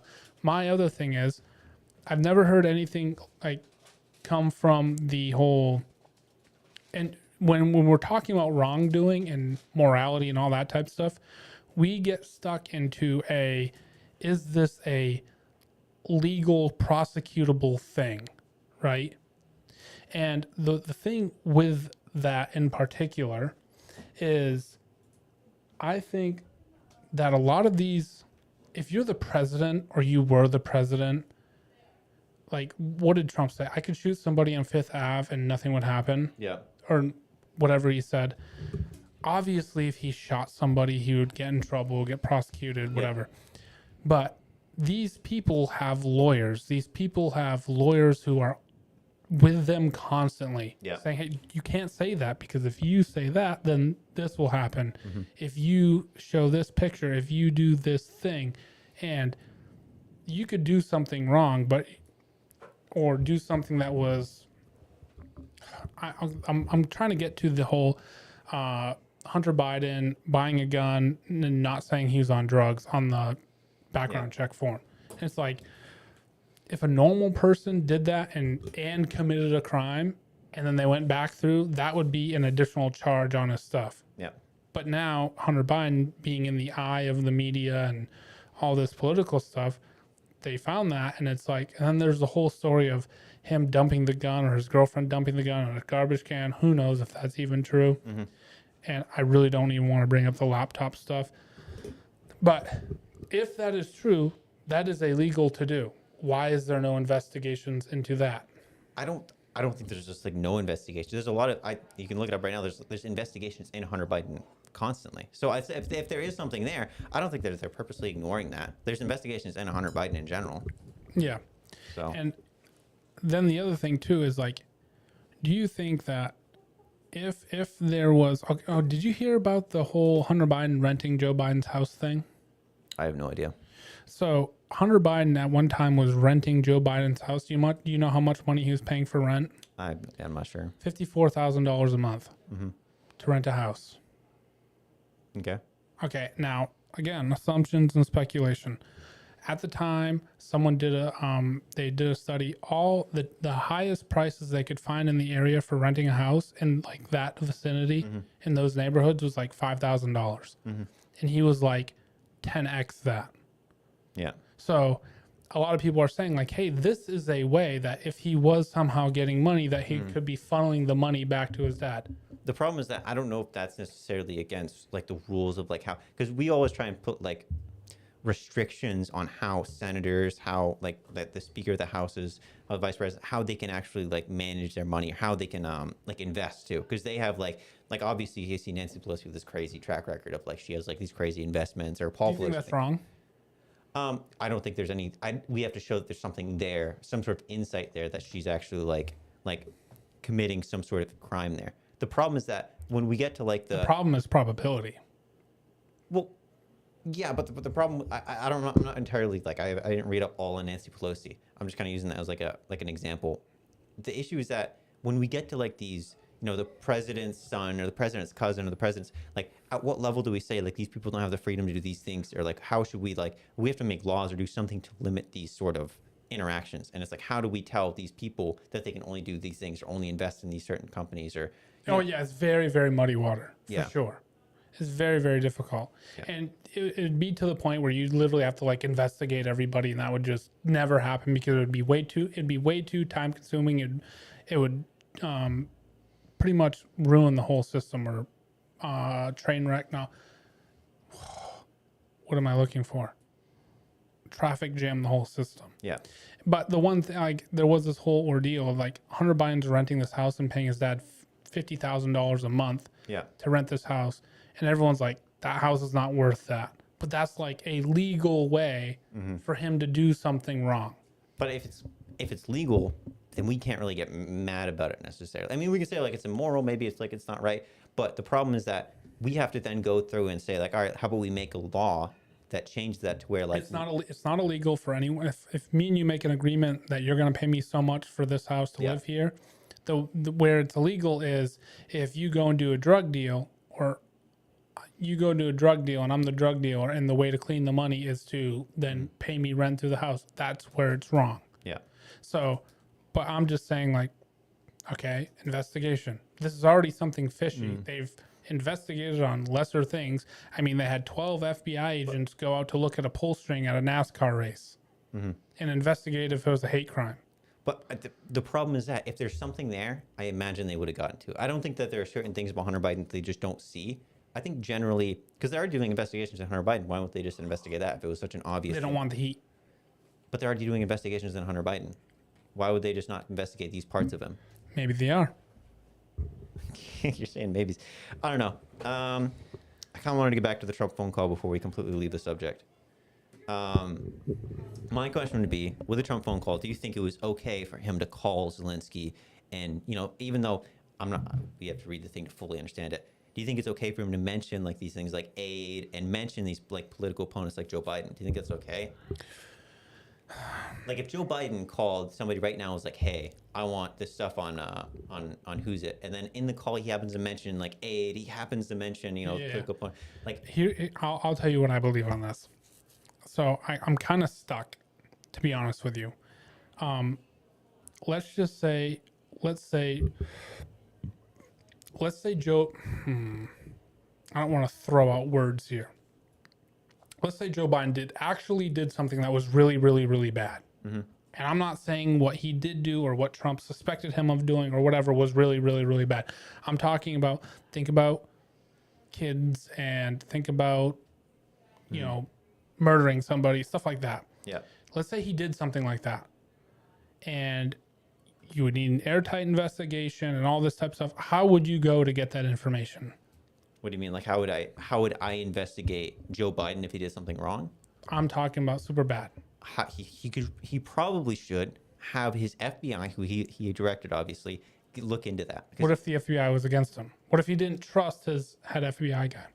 That's a problem right there, because like he's putting that guy in place. He decides who the FBI director is, right? Was Comey at the time?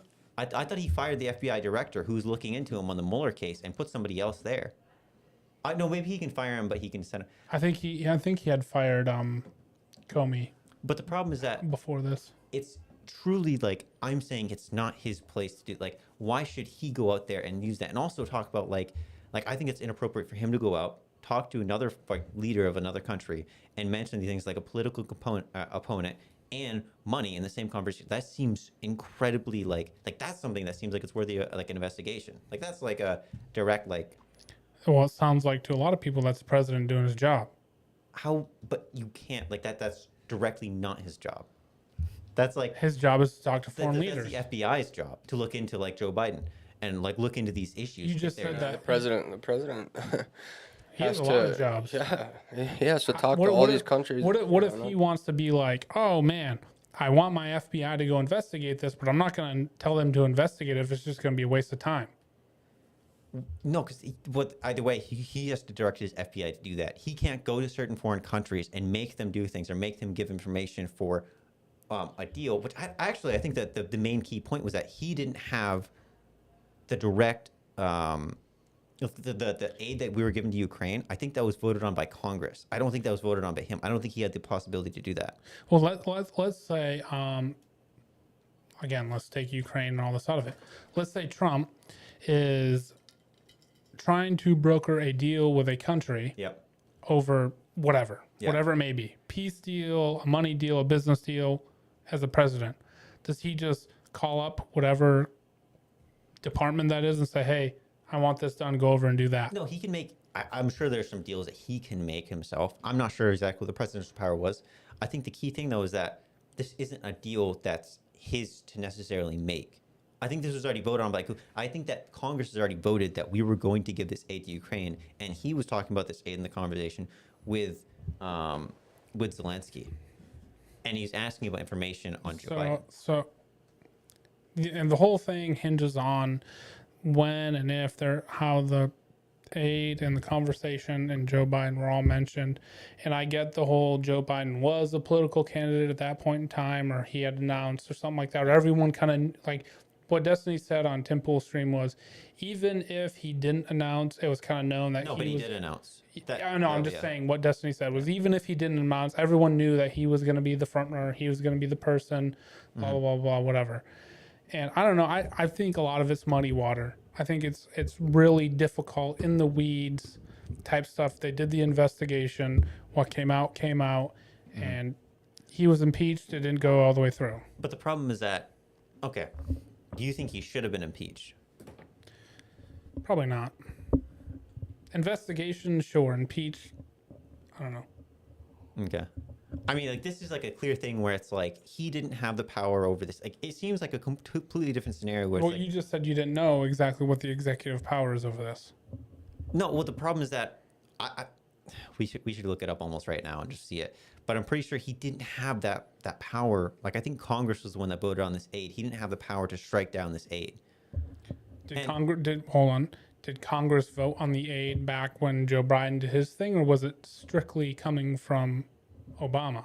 Obama's the one who was giving the aid. The problem is that I don't think that. I'm not sure who initiated I'm not sure the process that went down, but I would have to look it up. You get what I'm saying, though? What do you mean? Like, is it under somebody else that created this aid? You just said Congress is the one who voted on giving this aid to Ukraine. Mm-hmm. So Trump talking to Zelensky about it, Trump has no pull. But when Joe Biden was doing the aid, he said, call the president right now. And Yeah. you're saying that was totally fine. So it's like, did Congress vote on that aid too? And, Obama, even if they would have called Obama, did Obama have any right to say whether yes or no? Because Congress is the ones who voted on it. Yeah. So No, that's all I'm trying to say. That's the issue too. It's like that's why I was mainly like I'm not sure if he actually did have any say over that, or if whether or not he's like the quid pro quo there was kind of like a maybe. I don't know. So anyways, I really want to talk about that video, that podcast, Which one? the one with the CIA guy, Oh, and the conversation we had afterwards. I don't believe that guy. Okay, so I'll kind of explain his opinion and see if I have this right. He believes that we are in Ukraine because the Democratic Party, I'll kind of say as a whole, the Democratic Party is pushing for this war in Ukraine because they want, because they're giving funding, they're giving all these items. We're getting some sort of boost to our GDP, and it's making it seem like we're not in a recession. Correct? Mm-hmm. So essentially, He's not saying that's the only reason. but that's a major part of it. I don't believe that we're getting that large. It seems like, from my point of view, the GDP is dropping more than it's Okay, actually. I got some stuff to show you. Okay. I did my homework. You looked You'll up like this. the stock stuff on it? No. I didn't even look up the stock stuff. All right. Right here. U.S. arms export up 49% in fiscal year 2022. Okay. That's totally apart from the money that we've given to Ukraine. It Yeah. talks about all the money. $205 billion in the last fiscal year. The invasion of Ukraine started February 2022. Yep. That's February 20th. That's from Reuters. U.S. Energy Department. Europe was the main destination for U.S. LNG, natural gas exports in 2022.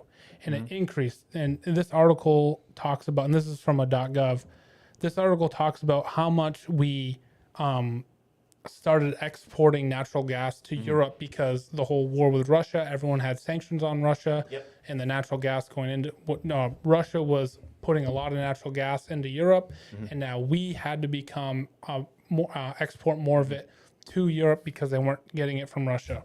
So this bumped up a lot. There's a specific percentage in here. I'm trying to find exactly where it is. LNG exports to Europe increased 141% compared to 2021. So that's up. This map right here shows all the top exporter of goods from America, and this is from 2017. So I'm only trying to show something. Yep. It amazed me how, like, these are which state is the next what each state is exporting a certain amount of stuff. Dude, there are like 16 states that export airplane stuff. That's their major export. I did not know. Yeah, like Boeing. Yeah. Yeah, like North Carolina, South Carolina, Georgia, Florida are Yeah. all their highest exporters airplanes. A couple, one or two states, ammunition. A couple states like iron. A few states, food. A couple states, 3 states, all medical supplies. Some gold, computer parts, stuff like that. Yep. Everything, almost everything on that map right there, all needed for war.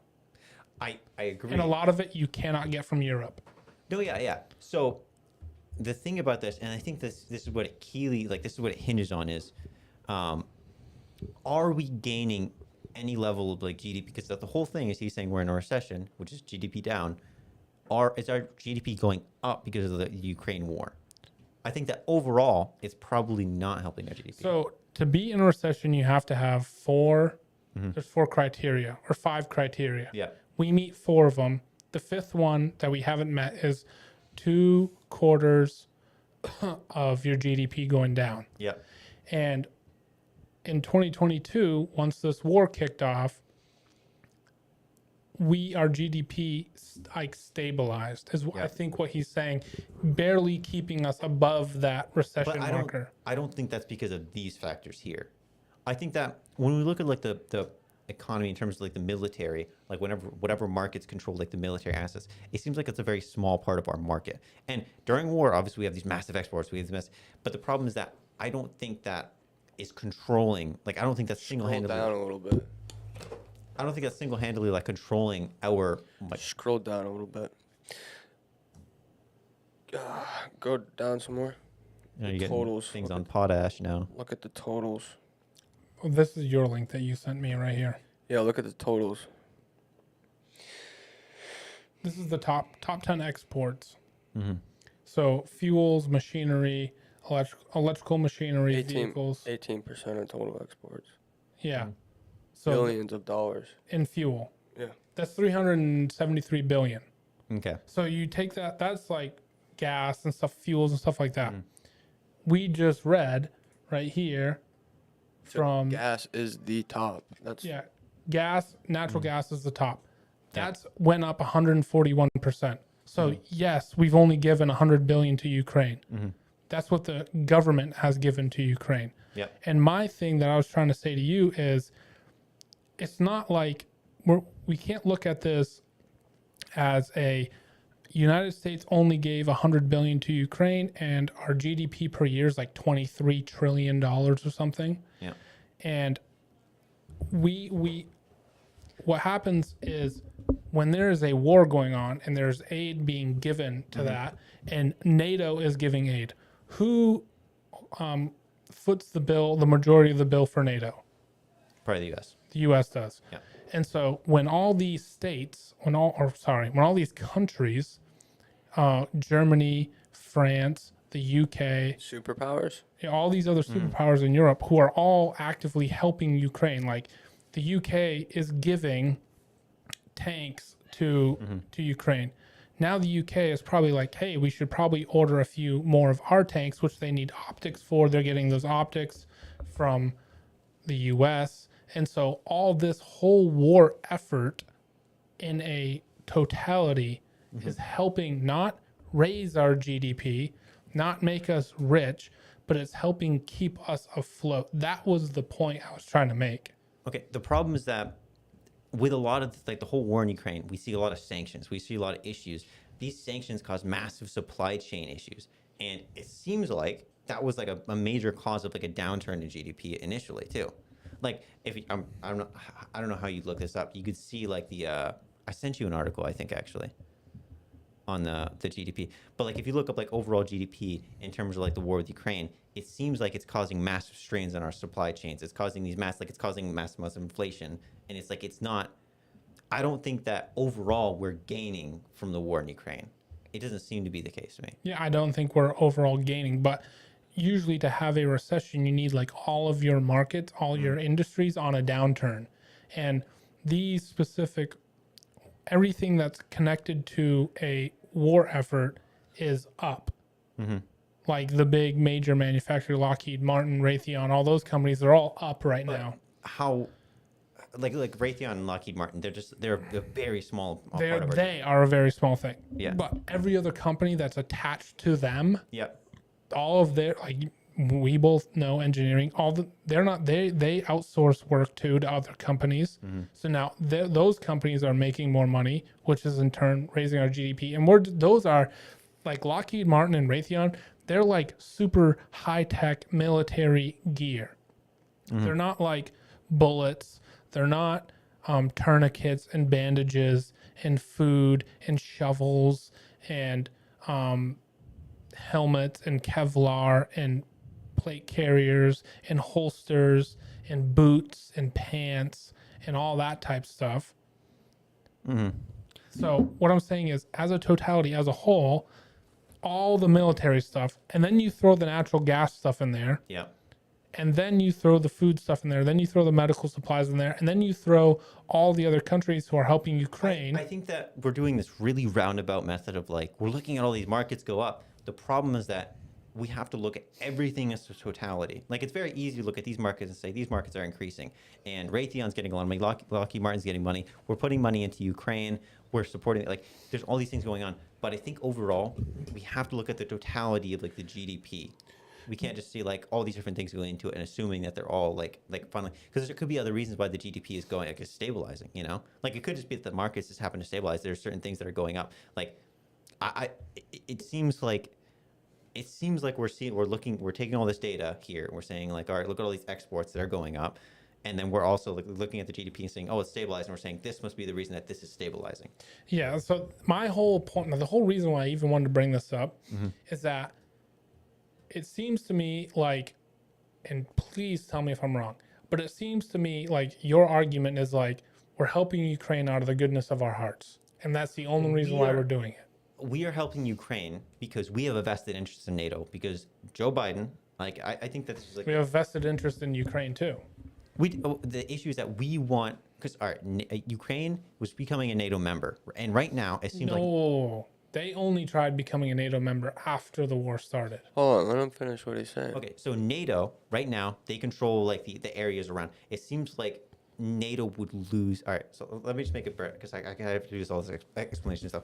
Do you think that if Ukraine lost this war right now, like they just got absolutely obliterated, do you think that would hurt NATO? Like it would put a really downturn on like NATO's like overall like our countries invested in NATO, or countries like believing that NATO is there to like help them or gives them some sort of aid? I don't think so, because I- they're not part of NATO. Well, that's the thing. I think that they absolutely would because they're NATO backed. They're NATO supporting Ukraine right now. We made that decision initially, and now it seems like we have to follow through. Like are you saying like if they lose this war, then It seems like countries wouldn't really care for the NATO pact. It seems like they would lose interest. they lose interest in NATO? Yeah. Like NATO wouldn't look like the stronger one coming out of this. And I think that's where our interest lies because NATO allows us to make trade agreements. It allows us to make deals with countries, and it gives us that seat at like the top of like the. Yep, It allows yep. us to be the world leader. Yep. And that's what I think that Joe Biden's vying for. I think that he sees that if Ukraine loses, NATO will lose power. If NATO loses power, we lose that power at the world seat. And I think I can agree with that. Yeah, me too. I think the issue is that we have to argue like, should we be a world leader? Should we actually be there? Does that make any sense? And I think there are really good arguments there.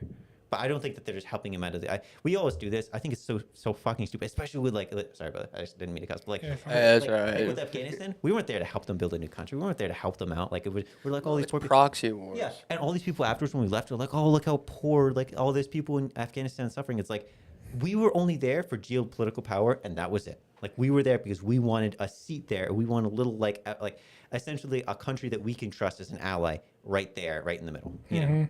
And that wasn't the case. But like we weren't there to help them out of the goodness of our hearts. And obviously there are reasons why we can't come out and just say like, hey, we're just helping us for our own reasons. But like I think that we probably as like US citizens need to understand like we're there for geopolitical power, essentially. Yeah. Well, And, geopolitical power, the betterment of our country, and money. yeah. And the other thing is, you know who stepped in right after the US left Afghanistan? Taliban and Russia, I'm guessing. No, Russia didn't. China? China did. Yeah. China's building roads there now. They're doing all sorts of stuff. Yeah. So I'm not sure if Superpower versus superpower. the problem in a is I don't know if sense, the Taliban are perfectly okay with China and Russia. I think they just right? tolerate Well, them. why? I don't know. I mean, Well, the Taliban were getting Russian-made equipment. No, yeah, but well, it's the. I mean, that's far out there. The, but the enemy of my enemy is my friend. yeah. So, yeah. I think the issue is that, which isn't a very big distinction, we see Belarus, who's like, Belarus is a puppet state of Russia. If Belarus doesn't do what Russia wants, the leader cease gets to taken. exist. Yeah. Dallas, am But I even in here sitting this far back? I can't tell. the Taliban seem to be just like an ally, more or less. Like they're accepting aid, they're friends with them. But if Russia says like you have to do this right now, you have to go attack Ukraine, Afghanistan's gonna be like, yeah, no, whatever, we're just gonna stop Yeah. accepting aid. So my big thing is, and the reason why, and I can share that is the Sean Ryan podcast with the CIA spy, and to me I always have a bias towards So Sean Ryan podcast with an ex-CIA operator. Okay, yeah. my thing is Check it out. It's real good. I always have like a bias towards there's more going on behind the scenes than what you see on the media. That's just I always have that. And to be honest with you, I don't think I've ever been really proven wrong with that. The issue is when it gets to grand scale, like obviously small things can easily, I think they can be hid. But when we get to these grand scale things, like during the Mueller investigation, they couldn't hide anything. Like every single text seems like it was leaked, like constantly. It seems like they can't, especially like the FBI, when there's a big deal, when enough people care about it, it seems like it's very hard to. Well, I mean, let's information look to back wrap. in history, like the whole Lindenberg trials. Is it Was that? Well, when all of the Nazis were getting that was the Nuremberg trials. Nuremberg. trials. Yeah, the Nuremberg trials. when something that evil happens in the world, truth, good, is going to win. Yeah, it just depends on how long. It just takes time. Yeah, it takes And a there's really a long lot time. of suffering and pain for people that don't deserve it. And I guess the point that I was making with that is, yeah, you're right. I mean, when it's a grand scale of evil, when it's corruption on that kind of scale, then the truth will shine through Yeah. and win. So my biggest takeaway from that whole podcast was right in the very, very beginning of it, where he said the question of like everyone like, oh my gosh, we're gonna have this apocalyptic moment, blah blah blah blah. Like that's not something that you should really a question you should be asking yourself. The question you should really be asking yourself is, what does the world look like where the U.S. isn't the dominant superpower? Because that's a very high probability thing of happening. I don't think so. You don't think so? I think that right now, Obviously- there's already studies done saying that China is going to become the top world power in Well, they might have the 2033. highest GDP, but they have like over 1 billion people. I mean, India at some point might pass us in GDP. The issue is that I think that the U.S. has a lot more power than we kind of. I think that a lot of people are pushing the story of like China's this massive beast and they're going to attack us and overtake us. I think that's something that people want to hear more. People like the idea of it, but I don't think it's really happening. Obviously, we don't know everything about like what's going on in China. You know, we don't even know any. But like, it seems like it just doesn't seem to be the case. Like, It seems like they know everything that's going on here. Balloon. yeah. Well, what about the BRICS, the whole BRICS movement? What do you think of that? What's the BRICS movement? Brazil, Russia, India, China, and South Africa becoming they're their own group, and they're trying to make deals with the Saudis and I think in Iraq for oil so that they don't have to use the petrodollar. I'm pretty sure India's basically at war right now with China. I thought. So I heard some stuff like that too, but I heard that India A is. rumor of a war? Hey, we can look it up right now, real quick. Yeah. Who's part of the BRICS movement? I'm almost 100% positive India is.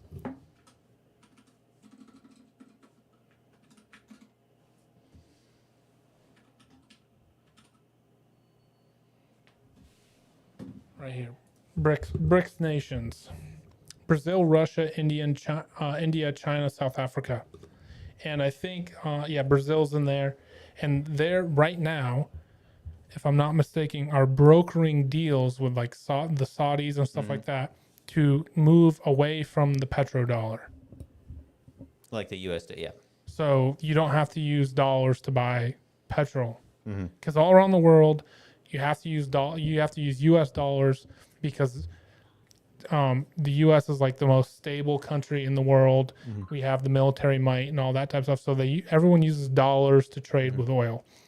Right now, these countries are trying to go to circumvent that, go around that, and use like the Chinese yuan, or someone said use, I can't remember if it was like gold or gold Krugerrands, which are, I'm pretty sure, South Africa currency. I could be totally wrong with that.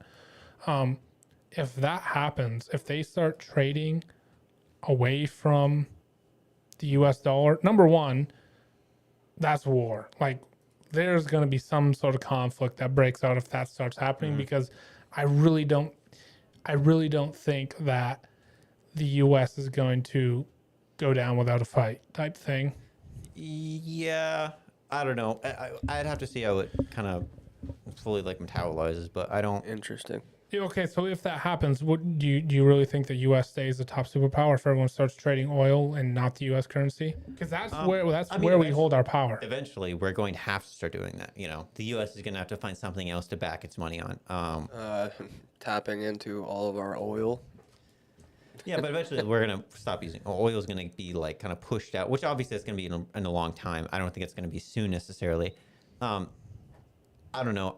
It seems like a super complicated scenario. I don't see war necessarily breaking out between the U.S. and China. Maybe between. I don't think it will be. I think it'll just be proxy war crap. Yeah. Which is kind of what's happening in Ukraine. Like right now, like the one thing from that interview that guy did, he's like, this isn't a war between, like, if you look at it from a 30,000 foot view, like, yes, it's a war between Ukraine and Russia, but who's backing Ukraine right now? NATO. The top person in NATO is the U.S. So Superpowers. Superpowers backing superpowers fighting against. Yeah, fighting in this war. And Iraq, now, Syria, Ukraine. Yeah. All And that. now Russia is being backed kind of by China. So it's like, are we now having part of this? Is there a proxy war going on in Ukraine and China's the one supporting Russia and NATO, US is supporting Ukraine? And is this all like... a lot of speculation. But There's a lot of speculation. But and did you ever hear about the meeting between the Chinese and the US and Alaska that happened a couple years ago? No. So the Chinese met with a bunch of U.S. representatives up in Alaska, and one of the U.S. representatives said something, and the guy from China was like, "You guys are not strong anymore. You have no grounds to tell us what to do or anything like that." So like they see the world that way, like, "Hey, you guys are falling in influence." I don't know, because like, well, one person's opinion. Yeah. And a Chinese. The problem is I that, mean, like, whenever it was, I'm not trying to. no, yeah, no, that's interesting. That is not terrifying, but that is very interesting to hear. The problem is that, like, whenever we talk about like Xi Jinping figuring out about the Ukraine war, I'm pretty sure he didn't even know about that until it started. Like, Oh yeah, for sure. like, which is crazy to me because it's like everyone knew about that war until Xi Jinping heard about it. Like, well, everyone knew about it, and until it's like they knew about it. I'm saying this all kind of crazy, but everyone knew about it except for Xi Jinping. He's the only one that was surprised by the Ukraine war. And if he's this great ally to Russia and they're going to create this empire, I feel like he would have maybe figured out about that sooner, and maybe it would have been told. I don't think Seems he's some weird. great ally. I think it's like, oh man, me and Russia, we have vested interest in seeing the U.S. kind of fall a little bit in the global economic scale, and we can at least agree on that. We border each other. Yeah. So I'd rather have Russia as on my side because they border me, Yep. type thing. So at a bare minimum, let's at least make some deals. And I think that so for me, I do fantasize every once in a blue moon about this like whole apocalypse BS and prepper type stuff. And whenever I rationally look at it, I'm like, that's really not that rational. It's not a rational thing that's going to happen. But then I hear like, hey, the world's probably not going to come to an end, but the U.S. could lose its dominance on the world stage. It might not. It's not going to be like, oh my gosh, the U.S. is worth nothing, but it's going to be like, hey, we're China, and we kind of tell you what to do now. Yeah. I guess. That's just as scary. We'll have to see what comes of it. I guess. I don't know. There's so a many lot moving of, parts. there's a lot of people also, like saying like China's a paper tiger, like their economy is in the tank. Yeah. Yeah, it seems like that they talk about the population things. That's like the common thing going around right now. People are talking about the population levels are too low for this next generation. If the next generation comes about, they're going to lose all these jobs. Their GDP is going to drop. Like, I don't know. It's we'll have to see. I think that what's most likely going to happen if China wants like a big say in like the world stage, I think they really have to start pulling in more like capitalistic views or more like democratic views. I think that they're going to have to change in order to get that power. I don't think they can stay a one-person dictatorship like throughout. Like, I think there's got to be some sort of big change there. I think that in recent times they have pulled in a lot of capitalism, way more than they were like 20 years ago. And I think that's where they're seeing this massive, because they have all these people, they have the ability to gain this massive GDP, but it seems like they're just not letting their markets do their thing. Yeah, and so one of the things that I've always heard that I always really thought was really cool was it was actually by Dan Bongino. I don't know if you know who Dan Bongino is, but he's like, a lot of people complain about, oh, China produces all this stuff, and we don't produce anything in the U.S. He's like, do I think that we need to start producing more stuff in the U.S.? He's like, yes. But he's like, why would I? He goes, I'm not going to advocate for the U.S. making rubber ducky toys. Yeah. He goes, let China make the rubber ducky toys. We don't need to be making rubber ducky toys. That's like beneath us. We have more better stuff that we can put our time towards. He goes, let's be exporters of the super high tech medical stuff or the nuclear stuff or the airplane stuff. Yeah, like computer chips. We're putting a bunch of money right now into computer chips. Which I'm so happy to see. Yeah. Like we should be making all that high tech stuff here so that we can be the leader in all of that. And yeah, let China make the stupid cheap ass, whatever's phone cases or phone cords or, basic stupid stuff. Okay. Any thoughts on you, Darren, between the whole world stage stuff? I don't know. I honestly, I went down a big tangent, and I was looking at the Google Earth Maps view, and now I'm about to Google how far is Alaska from Russia, because if it's coming that way. They almost touch. Yeah. Yeah. They're Very like interesting. very close to touching. You know that Alaska used to be owned by Russia, right? When? Like 100 years ago. Yeah. We bought it from them. It was probably the best purchase the U.S. has ever made. Why would they sell it? Because I thought it was worthless. Wow. It was before oil was discovered there. I think we paid like 20 cents an acre or something for it. Was it that recent? 100 years? It was Grover Cleveland, I thought. That's like, Yeah. What do they call it? Cleveland's icebox or something? They said it. They were making fun of him for buying it, and then he died, and then we're like, "Holy cow, this is the greatest purchase! This is like the best thing since the Louisiana Purchase." 2.4 miles. That's a 50. March That's a- 30th, you could walk it. 1867. Dude, you could swim to Russia. Yeah, I know. Yeah. Except it's like super cold, but Yeah. Wim Hof could do it. Get Yeah. a little rowboat. Russia would 7.2 million for the territory of Alaska, less than 2 cents an acre. They should have called me 100 years ago. Who I'd bought have it? What was the Oh. president? 1867. Who is it? Oh, so that wasn't.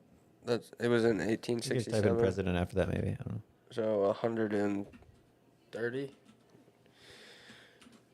Yeah, 130 plus, like 150 years ago, almost. Yeah. 150. It was after Abraham Lincoln, Andrew Johnson. Andrew No. Johnson. Yeah, it was Andrew Johnson right there. Wow, I was way off. I thought it was Grover Cleveland. Andrew Johnson. Yeah. He made a good freaking deal. Interesting. All right. Well, so with all that, Oh, you have anything? to go back, I never really said much about Biden and all that stuff, but I don't know. Pretty much whenever we get to talking about all that stuff, Psalm 37. Don't worry about the wicked or envy those who do wrong, for like grass, they soon fade away. Like spring flowers, they soon wither. In the same psalm, verses 33, the wicked wait in ambush for the godly, looking for an excuse to kill them. But the Lord will not let the wicked succeed. Going back, that was Psalm 31, 1, 2, and then 3. This is Psalm 37, verse 3. Trust in the Lord and do good, then you will live safely in the land and prosper. I don't know. I can't help but think to it. Yeah. Like, evil people will be evil. Yeah, it's hard to force change on them. Yeah. I got one last question. On the whole Ukraine Russia stuff. From the looks of it right now, the looks of it, it seems like Ukraine is at a bare minimum holding their own, if not pushing things in a positive direction for them. Do you think Putin just backs off? No, Do you think he escalates? He's determined. Yeah, no, he's always going to keep pushing. I don't think he's necessarily going to back off. I think it's just going to get to a point where Russia can't throw anything more at them, and then, well, obviously, I think that Ukraine should keep going, take Crimea, take their little, like the border fight like it was in 1991, and then as soon as they get that, just hold it. And it seems like at that point, What happens when there's a tactical nuke in Kiev? I hope it doesn't come to that. If it does, Is Putin as crazy as everyone says he is? no, Is he as evil, bad? I don't know. He might get to that point, but I don't think that we're all going to start chucking nukes at it. It doesn't No, not start chucking nukes. I'm talking about a tactical nuke. like just attacking Kiev with a nuke. Did you know about like backpack nukes and stuff like that, right? Oh yeah, like they don't have to necessarily throw it. They can just It's not like an intercontinental ballistic missile. Yeah. It's just like a little small, tiny thing that blows up like a city. yeah. I don't think it will come to that. But if it does, then I think that we're really gonna have to Do you just talk to like a think that- negotiating table or something. Do you think that if little Ukraine is pushing them all the way back, taking lands over that Russia claims is their land? Well, they claim that like the Donbass and the Crimea is their land, but it. Yeah. Well, either way. Do you think Putin just takes the blow and goes, you know what, we lost, I'm going to go home, or do you think he's going to pull out all the stops? I don't think he'll get to tactical nukes. I think he'll keep fighting until he literally can't fight anymore. But I don't think he gets to the point where he uses tactical nukes. Obviously, we don't know. But I think that the push for Ukraine to get its country back or just to have their own sovereignty is more important than the idea that Putin can use tactical nukes. So what if he does use them? Well, if he uses them, then it obviously affects Ukraine. It affects the people of Ukraine. And I think at the end of the day, Do you think Ukraine then surrenders? I don't think they will. I don't think that Ukraine will ever surrender. I doubt it ever gets to that point, especially right now when they've gotten all the backing. They've been fighting this war for a year. I don't think that they ever surrender.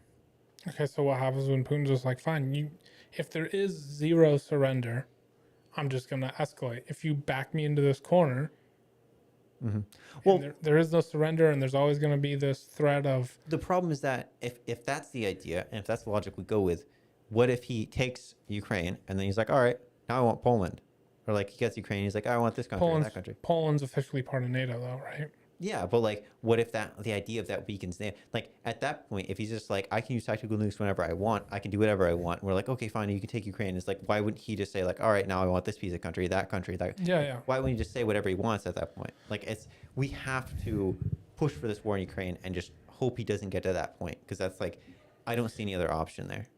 And so a thing that a lot of people are saying is like, you're right. They want Ukraine to push. They want Ukraine to win this because they don't want Putin to have to use a tactical nuke or a big nuke or whatever. Yeah. But if they do accomplish their goal, which is taking back all this territory, do you think Putin's just going to go home with his tail tucked between his legs? And a lot of people are like, no, I really don't think he's going to. It may. I mean, thinking of all possibilities, what I think is going to happen is he's probably going to pull all this energy into another war somewhere else. Possibly, he may get overthrown. There may be some sort of like coup or something that's planned. You want to know the most How is probable coup wild? spelled? Is it C-O-U-P? Yeah, COUP. Yes. Coop? Yeah, Chicken coop or a coup? yeah. You want to know what Oh, I think man. is the most likely wild card? What's that? That the population turns against the war. The Russian population. I think they're already mostly. I think they are. I think there are a lot of protests and stuff like that already. Yeah, I think there's a lot of separatist movements right now that are like kind of like hurting. I Russia. think that would be the real win. Yeah, like a revolution in Russia. That would. Holy sailor, that'd be something. Dude, we're definitely like literally watching history be made here and like the world changing like as we speak. It's pretty crazy. But anyways, that was kind of like my last question that I had with that. I like that question. That was interesting. Yeah, it's kind of crazy because like if he's not winning, damn, look at that arm right there. Jeez. Definition. So next, the last thing we kind of had to talk about, and we can kind of more or less breeze through this because I Yeah. think everybody knows about it, Yeah. is the whole shooting thing. So sad. Praying for all the families. I know, dude, that is awful. So I just kind of wanted to say what I heard. Then I just wanted to, like, I have heard this now, but like, just really props to those freaking police that went in Yeah. there. Like, I saw a video of it. yeah, They were sprinting yeah, into an active shooter. Yeah. However long it took them to get there, whatever, we can all speculate on this and that. But for those two officers that I saw in that video to be sprinting towards gunfire, wow. yeah, it was awesome. Wow. And I really think that like all the accolades, all the awards, whatever, like they should be really held up for doing that. Yeah, that we aspire to inspire. That inspires us, and we thank you for your service. Yeah, like that was awesome. The real whole thing coming down with this whole shooting is the whole trans thing. Yeah. That's the big, I think, controversy around Well, it, the whole thing. More than just that, gun control, people shooting people, the trans thing, mental health disorders. What do we actually do about it? Yeah, that's the biggest thing. And I really, hey, we got a comment in there. Let's see who. Can you read that for us, Darren? Oh, pull it up. Yeah, pull it up so you have it. But I think that there is a lot of conversation that needs to be had around this, and I think everybody. I really dislike the. Doctor, sorry to cut you off. You're good, Dr. Dapper RVR. Mhm. Dapper VR. Those officers really do deserve a medal for what they did. Yeah, they really do. Like it is just like when compared to the whole Uvalde thing, I think those cops had it like in their head. I think they knew way before this ever happened. I'm just making assumptions here that like, hey, if this ever happens, like we cannot do that. Like we have to do the exact opposite of that, and I don't care what the consequences are. Like we're gonna push. And the time came up there, and the thing is too, like get in their heads. Those officers knew what happened in Uvalde. like because the whole country knew. And those officers definitely had conversations, and then the time came for them to act. And the thing is, everyone talks a big game, Yeah. no matter who. Everyone talks a big game, but when it's game time, When bullets start flying and Yeah. your life is on the line, And are you then- like, I'm not really gonna go in here and risk my life and leave my family behind for Yeah, this? You and- know, it's, and they stepped up. Yep. Big. Like I really think that they should be. I don't want to say paraded around for killing a person, but it's the action. Like they executed what their job was to do at a. They just did a great Yeah. job. any loss of life is tough. Yeah, it's No sad. matter who it is. Yeah, sad. Yeah, but And it's like I But- to stop someone else from taking Yeah. more lives, it had to be done. dude, and the way they did it, the speed. I'm pretty sure it was 3 minutes. So it was a 10-minute. I think it took them 10 minutes to get there, and shoot her down in 10 minutes. Not to throw any shade, we do agree, but I did hear somewhere that this person had a friend that he was texting, and that friend knew about it, called the police department, kind of authority. This is all rumor and speculation. I don't know if this is true, but nothing happened of it. It's like, wow, I mean, that sucks, but Yeah, we got to pay attention to stuff like that. Yeah, You know, and yeah. I don't know if it was that police department, and I'm not knocking them Yeah. at all, but it's just sad. It's like, could it have been stopped? yeah. I You know, also, but what if the police department investigated every prank call they got? I saw yeah, some news article on Yahoo right after that happened that whole week, it was like 2 days after that shooting, schools all around the country were getting shut down because of prank calls and stuff like that. yeah. That Active shooters, yeah, and I'm that like, was a weird thing. I think that they said that all those calls came from outside of the U.S. Did you hear about that? No. So there's like a bunch of schools all around the whole country.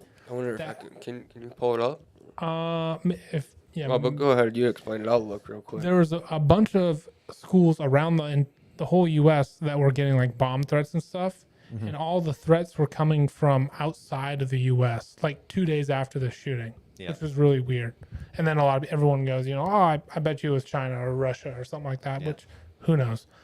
But just to bring this whole thing back to, like, I think that, like, I really believe that something needs to be done and something needs to be done right now. And the Democrat side always says we need to ban this, get away this, take away this. And it's like, my thing is, how long until, like, I'm not even going to discount them, even though my bias, I do, but I'm trying to be unbiased here. My thing would be, that's not going to fix something right now, this second. And my thing is, like, if you knew somebody was coming to a school, a place, or whatever to cause harm, is like, you need other people there right now, and that's something that we could do right now, and take some police officers, put them on patrol at schools. I know a lot of schools already have these types of things, but like, we need more healthy conversations about this topic. The red flag law stuff, like, I think there could be some real healthy conversations about that type stuff. And I'm not trying to bring on the hornet's nest here with the whole trans argument and stuff like that, and if it's part of the DSM-5, if it's not, and the treatment of all that, because all that water is muddied. But I think there has been some blinders on that side of the argument, because that argument has become so politicized. I think there needs to start being some conversations on the mental health conversation of not just that, mental health as a whole, but that part of the conversation too, as far as trans people, mental health, and all that. I know me and you have had previous talks about red flag laws, and my pretty much stance was like, it's a slippery slope, and you're like, why not try it out, see if it will work? And I'm like, well, what about this? What about that? And so we've had that conversation before, but from this shooting now, like, is there anything that you have to add to it? Anything that bolsters your side of things? Or My main thing, I would push for gun control. That's how I would fix this. Obviously, it doesn't fix the whole like issue with like people always say like, oh, this gun's been around forever, but school shootings have been around forever. I don't think it necessarily fixed that. I think that's more of like a band-aid. Putting like new gun laws in place, like red flag laws. Joe Biden talked about his assault weapons ban. There's these issues. I don't know. I don't see an immediate fix here. I don't see like something that's like, oh, we just put resource officers in school and it just stops happening, because obviously there were resource officers in schools previously, and it seems like Supposedly, the shooter had another place picked out, and they showed up there, and there was security, some sort of security, and it deterred them. And then this was their second target potentially. yeah. Who knows how true all that is? A lot of it, which I thought this was pretty cool, is like badges. Yeah, I just farted. No, I was Oh, Yeah. No, I like, was listening. I was registering what you just said, and kind of sent me on a little rocker there. Anyway. there's like the whole school badge system. I think that's a pretty good system if we can get that working, where it's well, like what's that? essentially there's badges that each student has to get into the school or get like in and out, and like we're more monitoring like the Higher security. yeah, and like basically doors that aren't like expected exits or entrances are always blocked, and the main way to get into like most schools seems to be you have to go through this office area, then through a second area, and if there's someone who's like not supposed to be into the school, they have like all these doors locked, so there's no way to get into the school without them knowing that you're in the school or have some sort of badge on you or some sort of thing, right? So they know who's going into these schools. That's like a really good system, I would think. Obviously there are issues, like anyone could have a badge, anyone could have whatever, but like any sort of like security measures are bumps. good. Yeah. I just I even thought about, like, if you had someone posted out front, volunteer service member, ex-military, whatever, and he's posted out there with an AR, whatever, pistol, and he gets shot. The guy pulls up, he's on his phone, texting his wife, gets blasted. Now, this active shooter picks up his gun and has an AR to go into the school with, Just scenarios, it's like, well, yeah, you could do this, you could do that, but higher security, that sounds like an awesome idea. I see. So I agree, like, with the whole like add physical barriers Yep. for sure to schools and places similar, and then armed some sort. I would want to say policemen, but the thing is, like, there's always that human effect in it. Like, Wyatt's watching right now. oh sweet, Hey, Wyatt. I think that there's always this human effect to things too, where it's like, how many times have you been somewhere at night and there's just like a cop sitting in a parking lot? And I'm not, dude, I love cops, totally respect them, but it's like, would there be someone who was already there if and when something was to pop off? Yes, that would be a huge advantage. That'd be really great. But there's always that human effect of somebody like, okay, this ain't gonna happen here. I think that you'd have to really try and get the right people who would be like, it's not just another day. It's Take I it got- seriously. take Like, me being here is saving lives every Like, single I day. have to be on my game 24/7 every time. I am the deterrent, Yeah, no, I feel like all those resource officers, like if you're a resource officer, you're the bottom of the barrel. Like they sent you there because you couldn't be a police officer. Like, I feel like that's what everyone else. And like every time I see this is like I don't know, I feel like I've had police like resource officers that have like gone to jail, and it's like because they've gotten like bar fights or there's something like there's always these things where it's like Or they mess with some chick from the high school or something like that. yeah, it's like Oh, jeez. Why? a lot of the arguments behind resource officers are very interesting because it's like people are all saying things like, oh, whenever there's resource officers at school, people tend to go to jail more. Because like, and somehow they do some correlation between like the resource, but it's like most of the time it's just if there's a resource officer at the school, they're seeing more things. They're being like the more like they're just catching more crimes.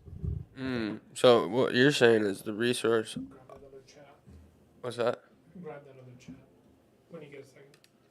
Grab the other chat when you get a second. The other one. Oh. Well, what?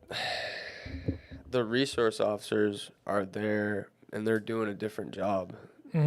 They're there to police a school. No. We need resource officers to be there to protect the students. That's it. He stays outside. I mean, obviously you need someone inside too, because if a student brings a gun, you got to keep an eye on everything. But And then the other thing too is like, and this is where I want to really drive this whole conversation to, is like, these things weren't a thing 50 years ago, and like, really, what has changed? What is different?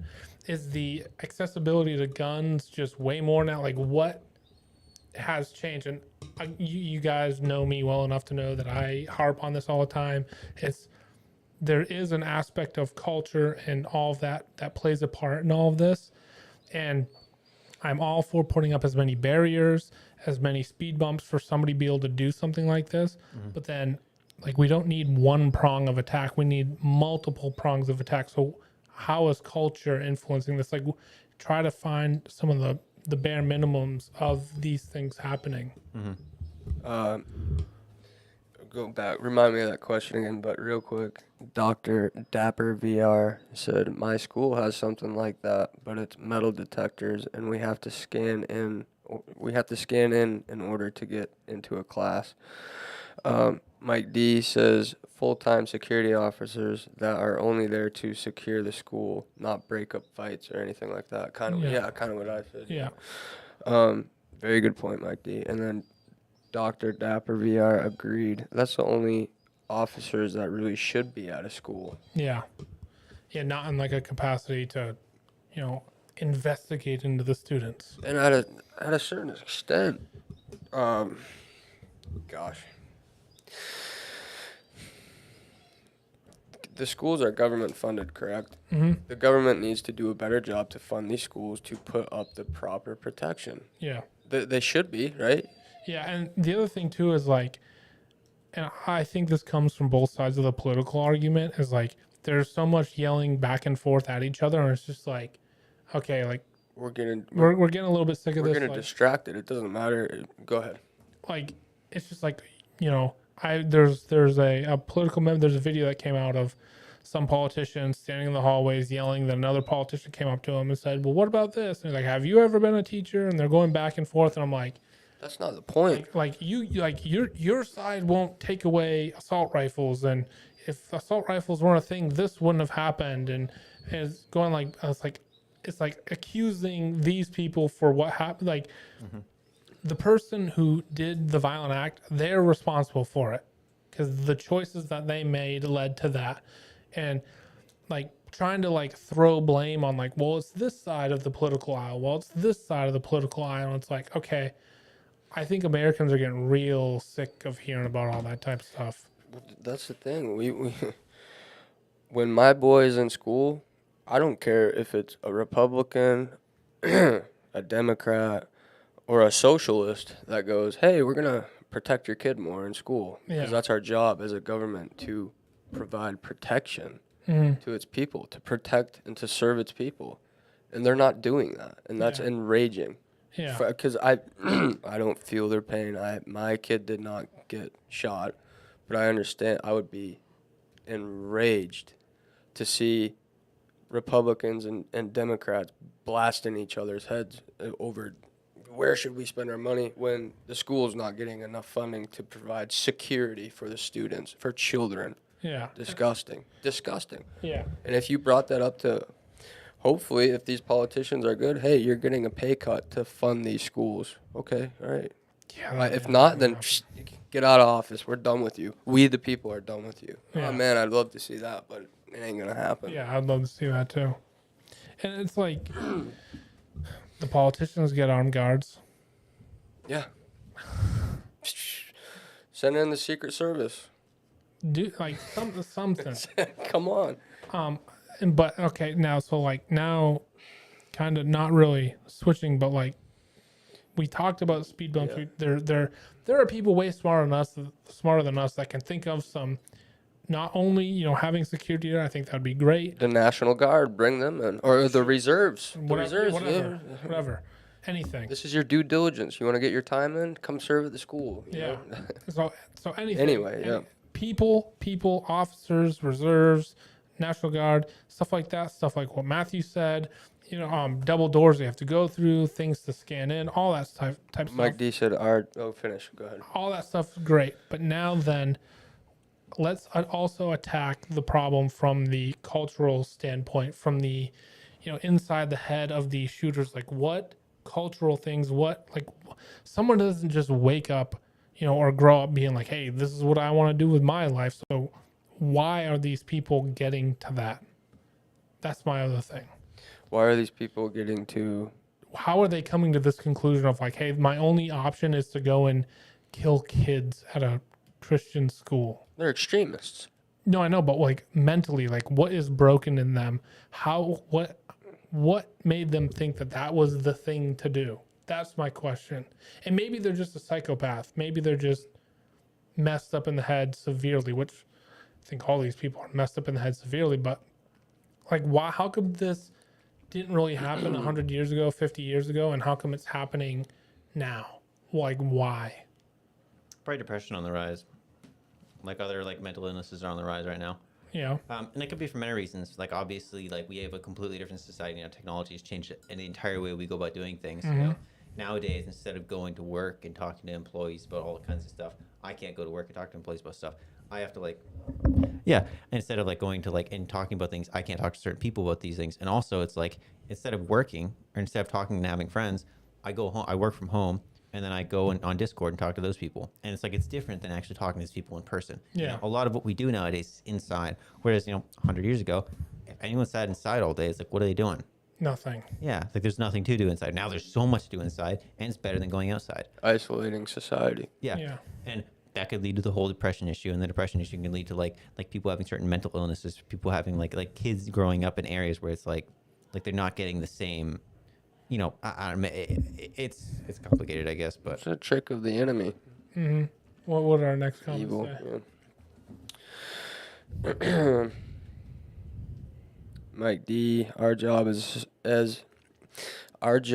a society is to protect children above all else. And as a society, morally, we are not doing that. In No. America, we're supporting abortion. I mean, we're not going to get into that tonight, but we are killing children on a daily. And I don't think God is happy with that at all. No.